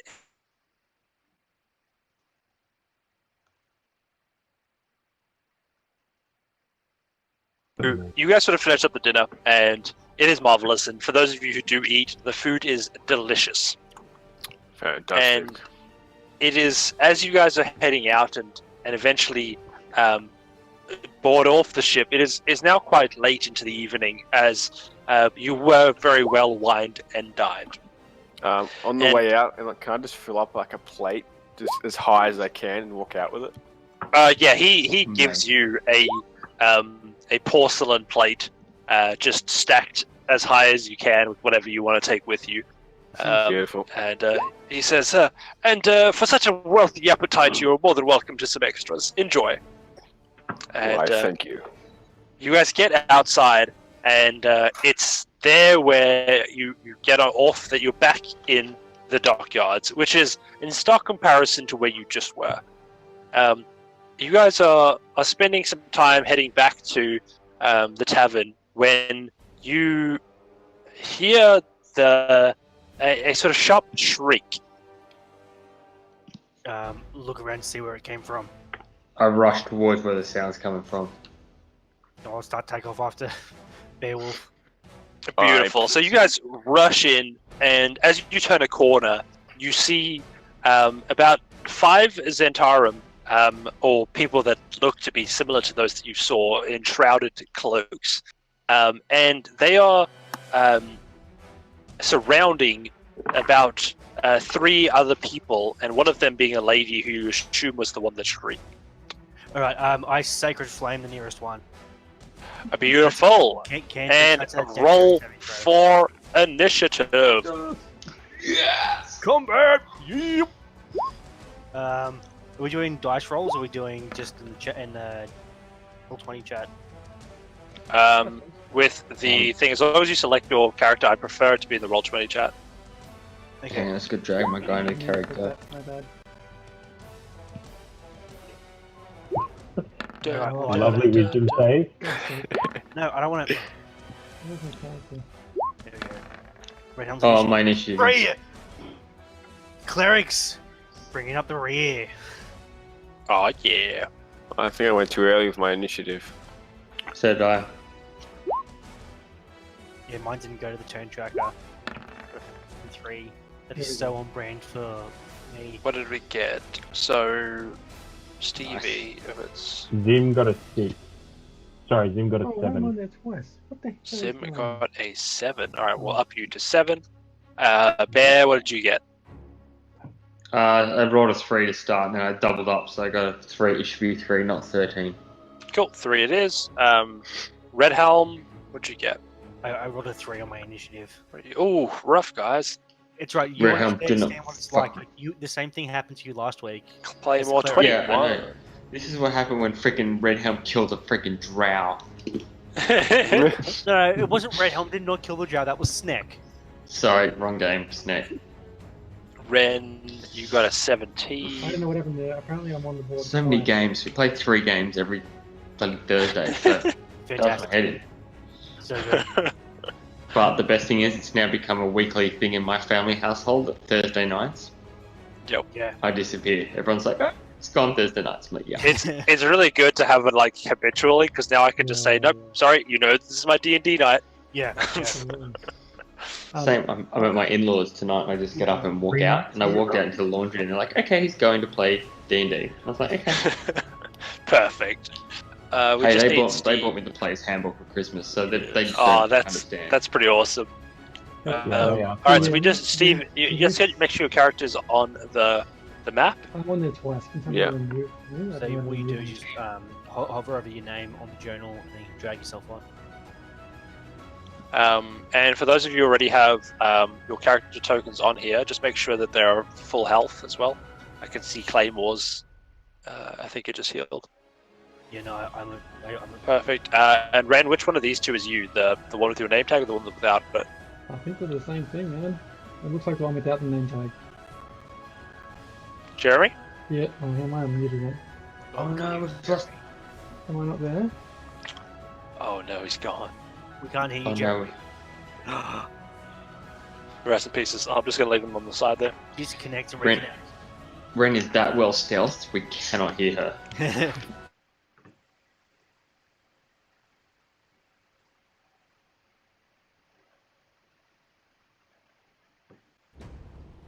Yeah, you do hit it. So I'm gonna give you the opportunity to. Hello? Hello? Yeah, I'll wait I'm until just he's gone. getting a couple of little thuggy boys out. I don't know. We got ourselves Thug Boy 1, Thug Boy 2. Thug boy. Audio check from Ren. Yeah. Yes. Hello? Hello? Some thugs. Oh no, George Lee. Hello?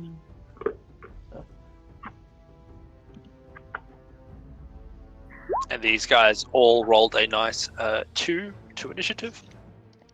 Fantastic. So I go first.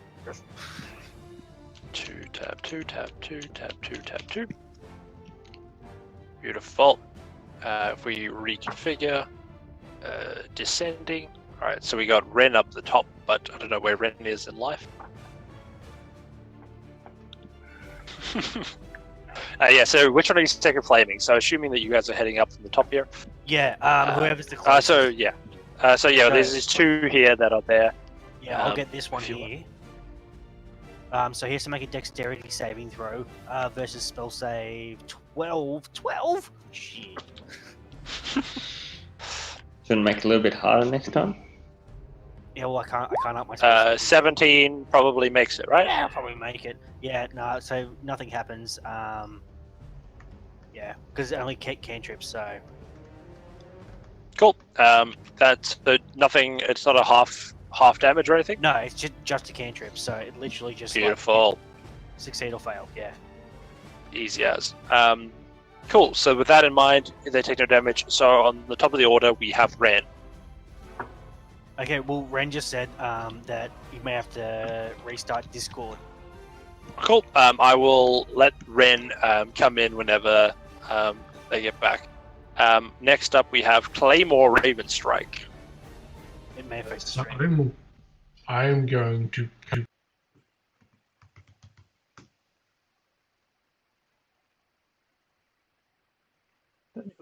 One moment. Yikes.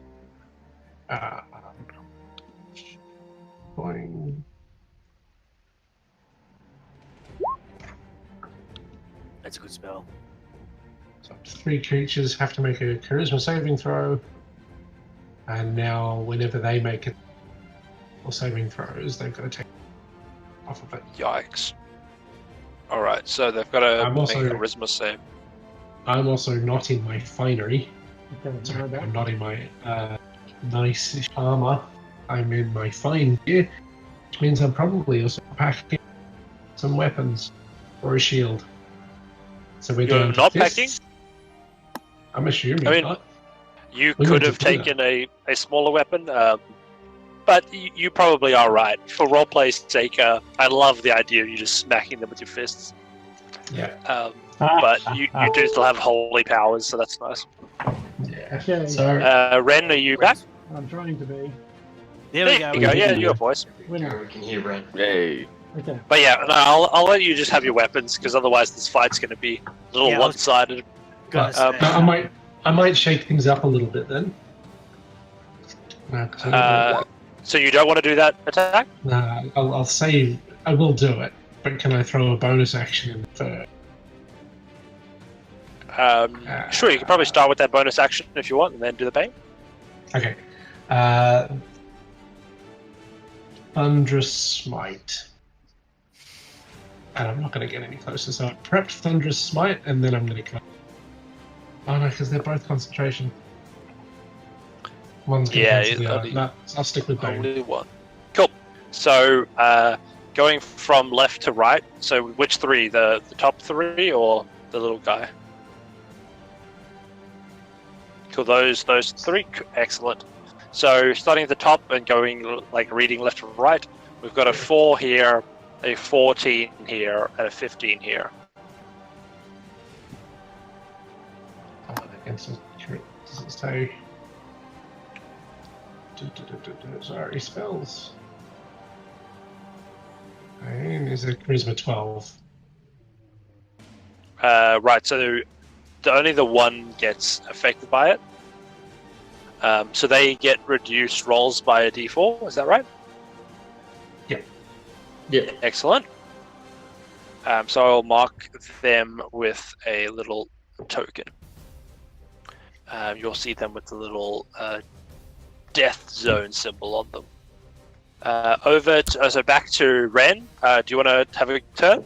Yes, I would like to put Hunter's Mark on this guy right. Don't forget that your wolf is with you, by the way. Yeah. Yeah, kill it. We're going to drag him onto the board down there. we go. Oh, excellent icon. Yep, so I will still put Hunter's Mark on this guy here. Awesome. Yeah, so that was your bonus action, right? I don't know if I did a bonus action, do Well, is it an action to use your Hunter's Mark or a bonus one action? bonus It's a action. bonus action.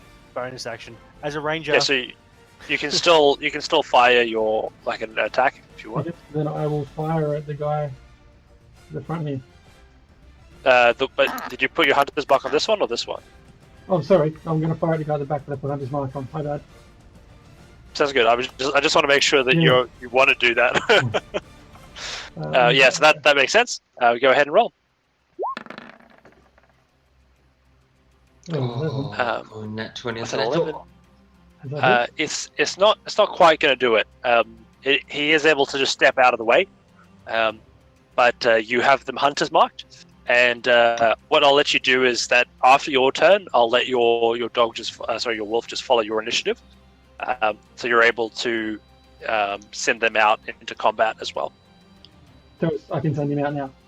If I miss. Yep, you Send dog should out. have full control. They're effectively like a second character that you now control through combat encounters. Okay, well I'm going to send him out after this guy at the front here. Cool. Um, And you've got that bite attack that they have in their sheet. yeah, I do. He will do a bite attack. Bite, which is. I still got to roll a d20 for that, don't I?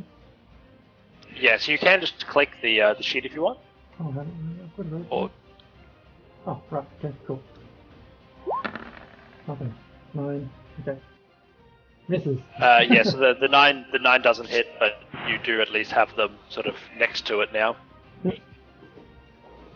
All right, over to Steve. Minotaur. I think I'm just gonna pretty much bull rush this guy right in front of me. Almost right in front of me. This guy here. Okay, here. Get this guy.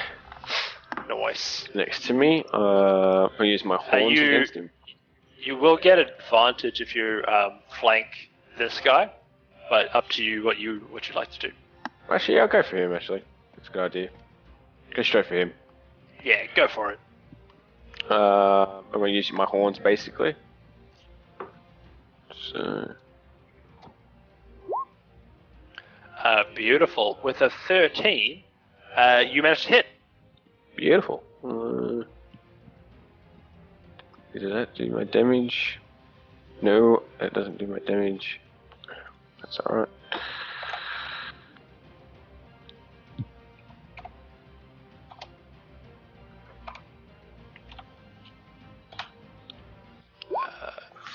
Four damage. Beautiful. So 4 damage. You smash this guy, and he seems to, although hurt, doesn't seem to be in danger of its life by any means. Yep, fair enough. That's your turn done? Yep, that's my turn done. Zim Greysoul. Sim feeling a little bit concerned, looking around, belly full, a little bit worried almost.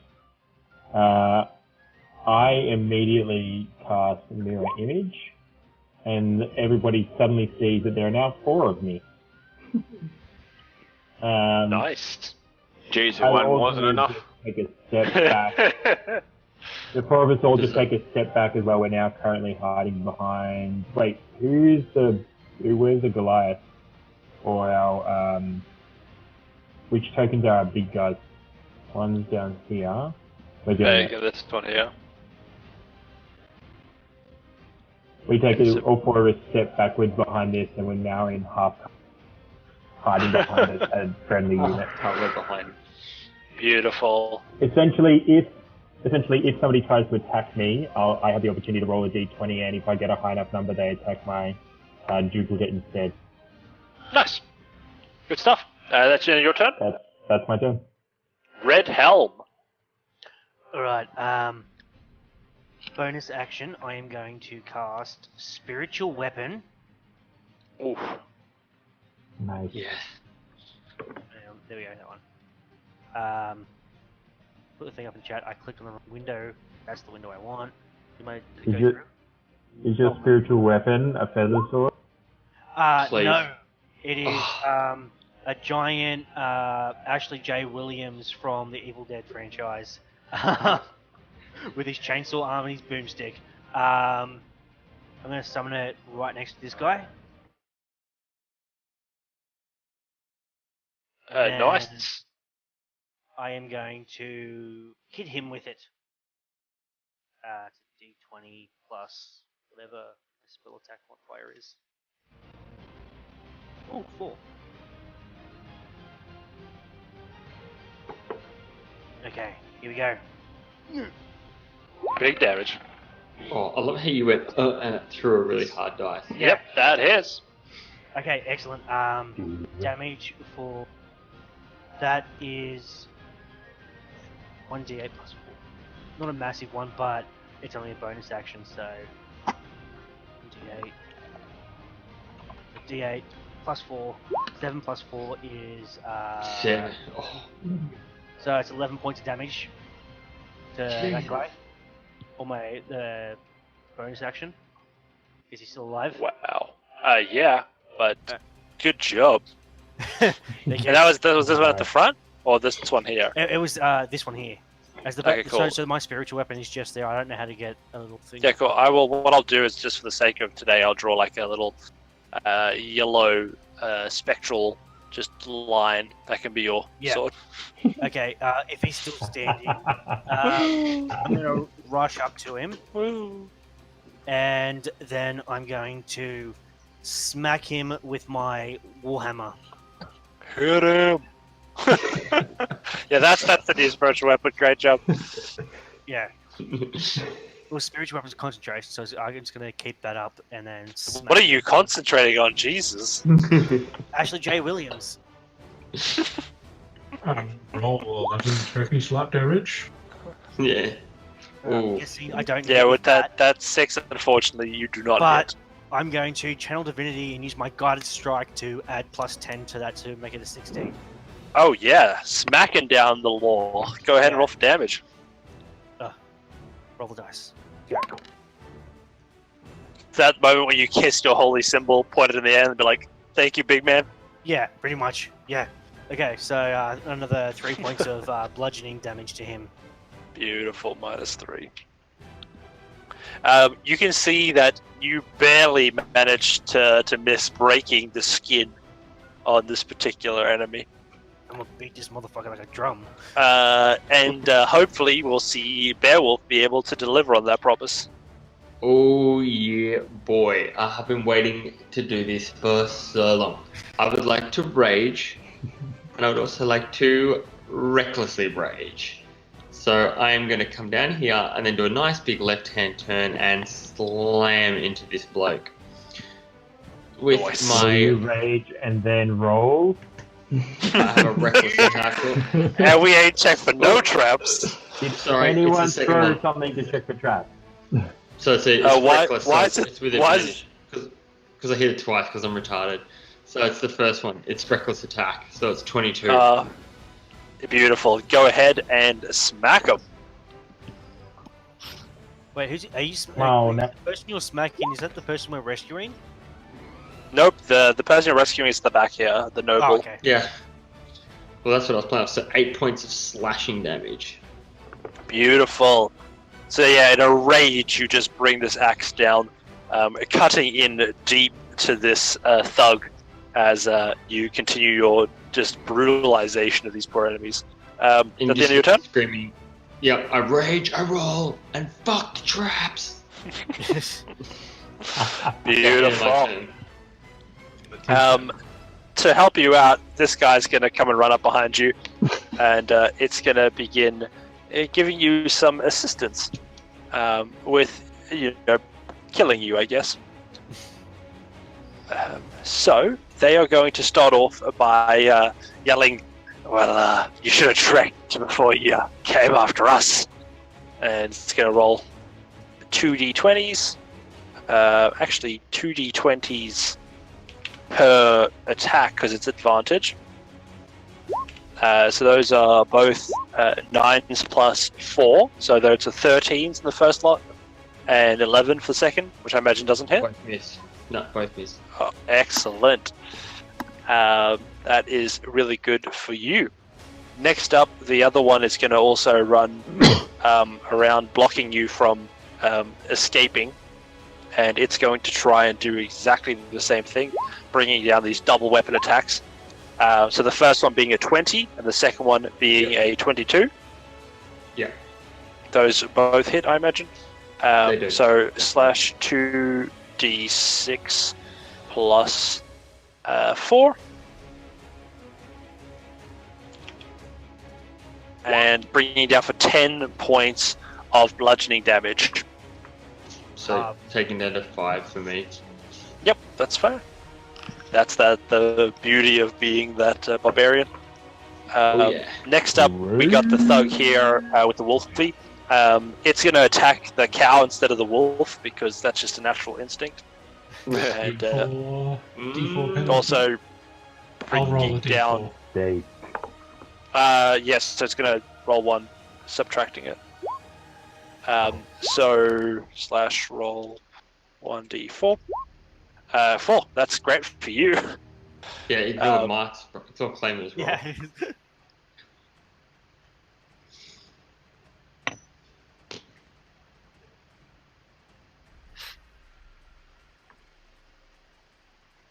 It just went really quiet.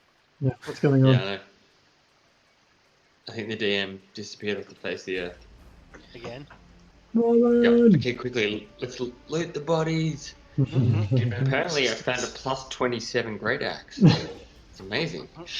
I got fireball. I've killed everything, including the GM. And a TBK. Total party kill as well. Just everyone's gone. What does it Anyway, happen that's every the time I story get like a climactic of how, moment? Yeah. Well done, How do I- team. We succeeded. well done, What everyone. watered the city? Yeah, and thank you, my plus 27 great axe. Yeah, can't believe it. Where did that one just come from out of nowhere? Like plus Yeah. 12 to the wisdom necklace. It's fantastic. So a 17 to hit you, Steve. 17 hits.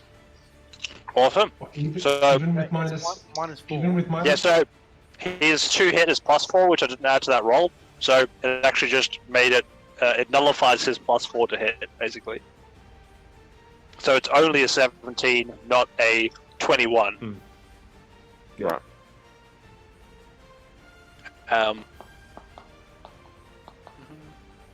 2, 1. 6 points of bludgeoning damage. Rightio. Indeed.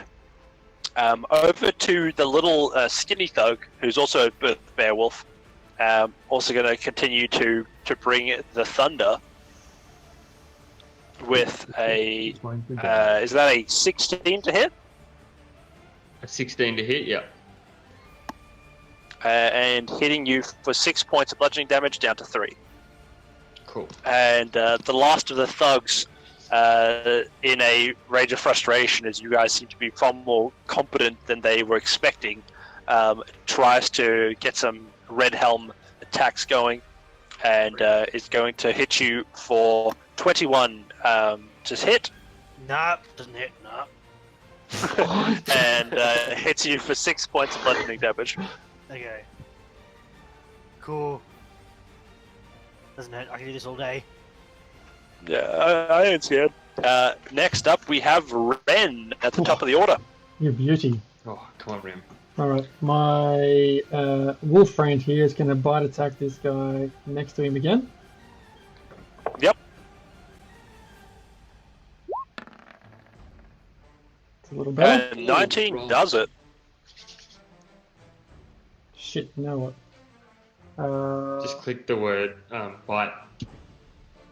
Or is it the attack? Sorry, click the word bite, yeah. 9 piercing. Oh, 9 points of piercing. Ooh. You see that as it just rips into it, it is just tearing off chunks of its armor, definitely making it much more vulnerable into the future. Right. All 4 of me just say, good puppy. Its stomach is growling, so we'll see how far this goes. Yeah. And Over to Claymore Ravenstrike. Oh, sorry, you didn't have your turn, the rest of your turn, right? no, I don't know, what do? I've got the wolf has a go. Do I have a go? I'm not sure. Yeah, absolutely. You don't have to choose between the two. They're independent of you.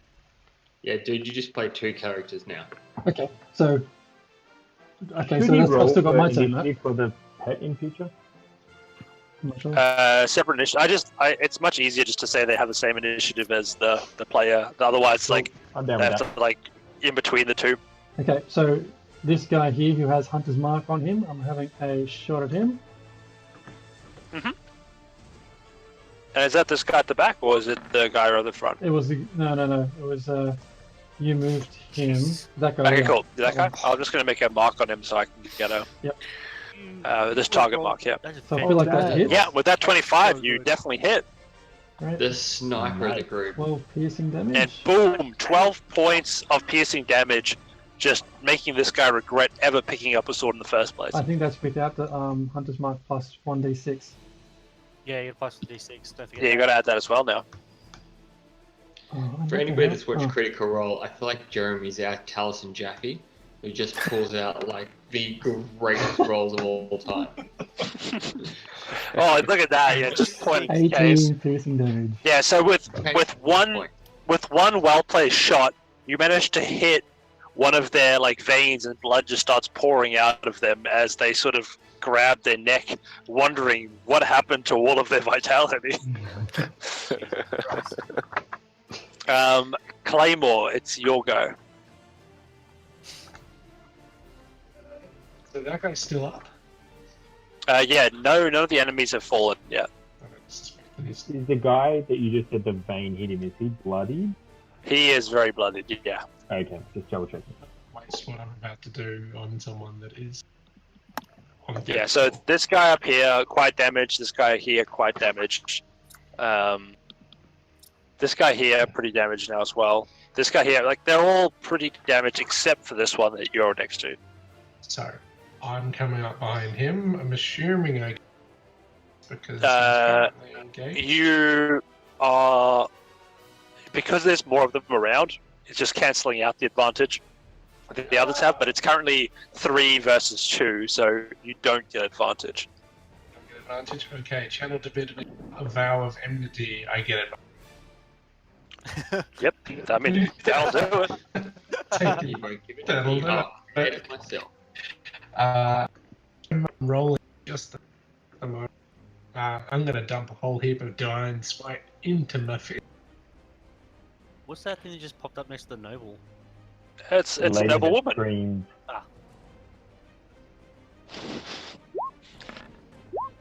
So you are laying in them with the holy fists. So the unarmed strike is the one that lands. Because I did Divine Smite, extra 2d8. Nice. Roll 2d8. Another 8.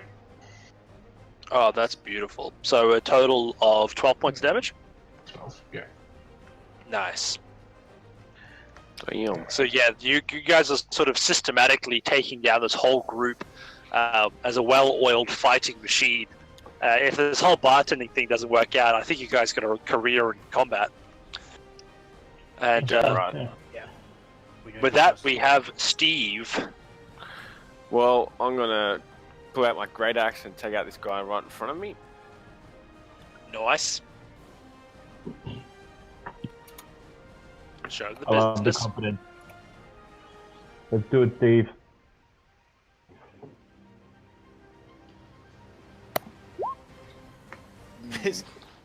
That's so good. That's not good. Now, Doesn't although do nothing. the axe went down, this guy actually lurched forwards as it was trying to fight this wolf off, and your well-placed axe strike barely misses the head that you would have cleaved in two. All right. And over to Zim Well, Graysol. Actually, You got I'm another gonna action surge, so I get another whole Yeah, team. you are. And Yeah, I'm you gonna are. attack him again. Yeah, let's Yeah, do it. you Come are. on, dude. Yeah. Oh, With an 11, you hit. You hit. Hey, Oh, hey. All right. Nice. Big Axel Duff. Now let's hit him with the big damage. Got you. Great axe. 8 Ooh. damage. Good damage, Slashing. as this guy is seeming very worse for wear now, also bleeding, bringing the total of bleeds to 2 as a nice pool starts to come together in the middle of this alleyway. Over to Redhelm. Wait, isn't sorry, it I Zim think. first? Yeah, it's Zim. Sorry, I just pressed the next Yeah. button accidentally. Oh, good. So, all 4 of me, completely unable to tell which one is the real one. I use my spell sculpt to carve out a nice little safe space just right here around these 2. That's one spot and one spot. All 4 of me just kind of incant for a second, and then 3 massive scorching rays appear out of our hands. You can't really tell where you can't identify which person has sent them. Oof. But there's going to be a 1 attack on the guy at the front and 2 attacks on the guy at the back. So 1 attack to this guy and 2 attacks to this guy. And I'm going to roll my... So, let's do this. Come on, dude. Jeremy, does your Hunter's Mark have any effect to other people in your party? I don't think so. I think it's just... So, I have to cast for each of those. So for each ray, I have to. Yeah, each of them is a separate attack. Yeah, the guy at the front is the first one. Yep. Okay, the guy at the back now. Yep. And the second one on the guy at the back. Oh well. Yep. Yeah, they all hit. Right. Nice. So the first is for the first guy at the front. 6 points of damage. Yep. So yeah, okay, and then the guy at the back is going to take that and Holy shit, open it up. Oh, dude. that. Chill. Nice. Nice. Yeah, so they are both now suffering from burns, cut wounds, bruises, broken bones, and yet somehow they're just standing there as husks of themselves, just delirious with pain as they stand amongst you all. Over to Red Helm. All right. First off, bonus action. I'm going to smack him again with my spiritual weapon. D20 plus Let's go. D20 plus 4.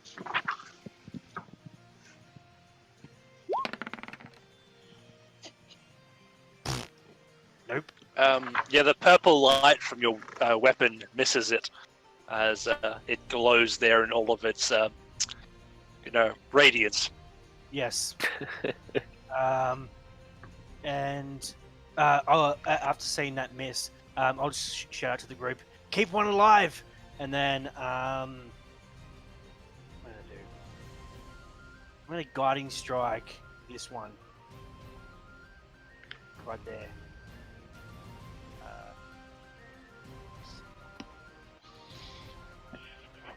Just to ease stuff off of... Which one are you? What are you doing? I'm guiding strike, using spell. Yep. There we Guiding go. bolt, It's just sorry, coming up. on No worries. this one. Yep, cool. Go ahead. So, D20 plus. Let's hope this rolls better. Get a plus. Nat 20. Beautiful. Hey, yeah. Fucking damage. How do you do it? Yeah, he does. Yeah, after seeing that miss, I'm like, fuck! Keep one alive! And I see Beowulf in trouble, and I reach out my hand, and I just let off a blast of radiant energy from palm, and just fucking, like, a hole in his chest. People alive while you Beautiful. massacre Nice. another one. Yeah, Bear, you just feel this splash of warm liquid hit your back He loves as He loves it. Loving it. as you bathe the blood of your Mum loves it. enemies. And to that point, with that new blood rage and the scent of the wounded, it is your turn.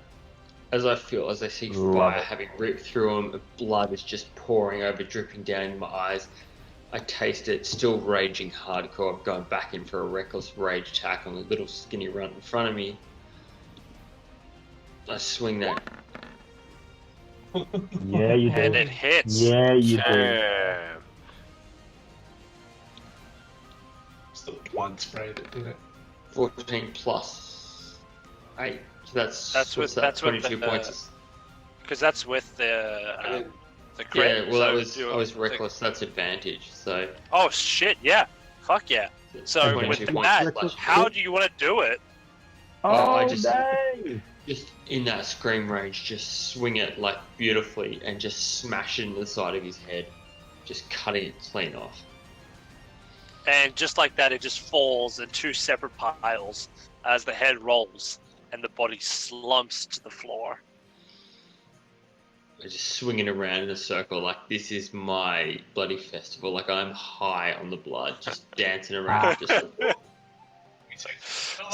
This is what you were built for.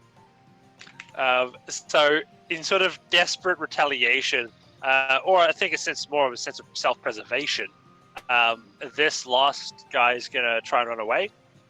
Claymore, I'll give you first dibs. Do you want to do an opportunity attack?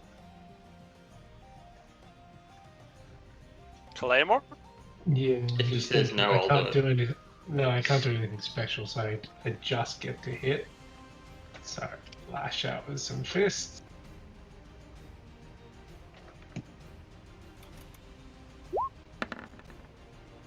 Is that doing? What's the calculation on that damage? Because it's like every 3 + time 5. you've done it, it's just like 4 damage, 4 damage, 4 damage. It's 4 bludgeoning. There's no. Is it just yeah, no, static? there's no. Yeah, It's bludgeoning damage is static. When Cool, using no, that's fist, fine. yeah. Yeah, you hit it and it sort of stumbles. And Bear, you want to use one as well? Yeah, for tax of opportunity, is it just one-handed or two-handed as well? I'll just let you do an attack. If you're holding a two-handed, it's just whatever configuration you were currently using. And how do you want to do it? Yeah, he did. Yep. Just smashing Right. one. I just spin around like it's. I've smashed through one. I'm just coming around the arc and I just cut him straight in the back of the head. Like Around almost you, like a- just the piles of dead bodies. Barbarians rule. Oh, rule. That's great. Yeah, so let's just quickly delete all of these guys from the turn tracker. They're no longer needed. And So if now- you just tuned into our Twitch channel, what you've missed is me killing things every single roll. 2 nat 20s in a row. everybody else, you can just like retire because this is the only adventurer we need. Clearly. Yeah, so they also not really keen on this fight anymore. They're gonna try and run away. So go ahead and make your first attack, Steve. I'm actually going to attack him. I'm going to try to pin him to the ground with my horns again. Oh, yes. You go ahead and do attack, yeah. I will just do this. That hits, yeah. So you're able to grab him with your horns. Yep. I'm going to let you make a dex check against his dex to see if you're able to pin him while he's trying to scramble Okay. at me. Oh. You know, not great, but you know, we're going to give him a chance Is to he also fail. flanked? Is he flanked there? Hang Got a on, few just give me people 1 around second, him. guys.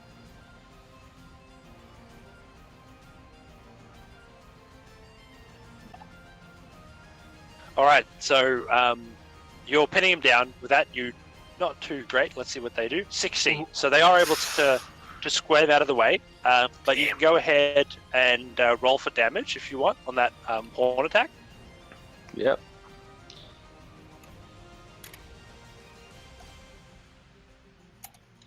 We need to keep one alive, right? Yeah. And yeah, as you do hit it, it does still a bit of damage as it gets caught on the sharp end of one of your horns, but it is making its way out. Yep. And as it does that, it goes out of the range of the wolf. If the wolf wants to make an attack of opportunity, Absolutely. Grapple. I haven't got a, Grapple. the dog doesn't grapple. The dog will bite it and hold it still potentially. Yeah, but couldn't it, like, yeah. and Oh, wolves being the badass killing animals they are, Um, how does it just absolutely destroy this poor dog? Have I got to roll damage? Or just that's enough? I mean, whatever damage you roll is going to be enough. Do it. Press the word. I want to see Press it. the You're right. button just Come for on. the Come on. just for the satisfaction. Come on. We all want to see this. Nat 1. What are you going to...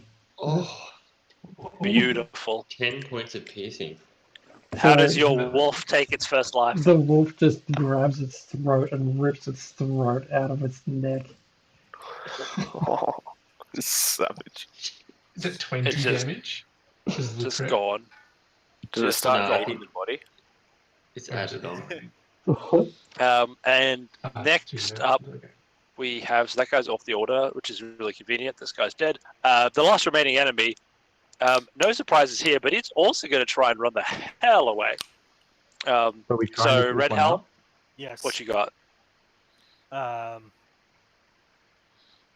I can't. Oh, no, I don't get. I can't use my spiritual weapon, can I? On my attack of opportunity. Just grapple it. No, you can't. Just grab him. Yeah, I'll try and grab him. All right, go ahead and try and make a. You're trying to just like strength grab him. Yeah, strength grab him. Yeah, definitely. Cool. We'll do a little strength contest. All right, that's a D20 plus 2. This is D20 plus 2. Go. 10. Ooh. Oh, No, I got a natural 20. Sorry, I saw. beautiful. So it tries to knock you off, but you just have an iron grip on this thing as you are able to grab it. Where do you think you're going? It is going to, as a result of this, try and come underneath you with 2 attacks just to try and break your grip of him. And it's going to hit you with an 18 to hit. Oh, sorry, a 22 to hit and a That'll 16 to hit. 16 does not hit. Or All right, cool. so I have a shield, but my normal AC is 16 with the shield it's plus 2. So I'd say while grappling him, you wouldn't have the shield on, right? Yeah. Would you have taken a shield to dinner? no, I did. I said that I was in my full armor as Red Helm. 9 points of bludgeoning damage. Awesome. And as that happens, you subdued it, and it is Ren's turn. I'm just going to come over here and walk over. So this is the only guy left, right? Non-lethal damage. Non-lethal damage. Not lethal. I'm Just just like- going to pull a bow back and threaten him. Tie him up, please. All right, so to finish off tonight's session, I'm going to leave us on a bit of a cliffhanger, which is always fun. But the 2 nobles approach you, and they look a bit nervous, but it's to be expected considering the bit of a shake-up they've just had. And they say, are you the adventurers who have taken over the Trollskull Manor? Yes. Please, I need you to help us save our children's souls. I'm in. And that is where we're going to leave it for tonight. That is all up in Claymore's Yeah. Red Helm's like, party. gotta do this. Beautiful. Nice. And thank you for joining us for our 5th session of Waterdeep. Thanks, everyone. Thanks, everyone. Thanks, guys. Bye. If that guy was going to make a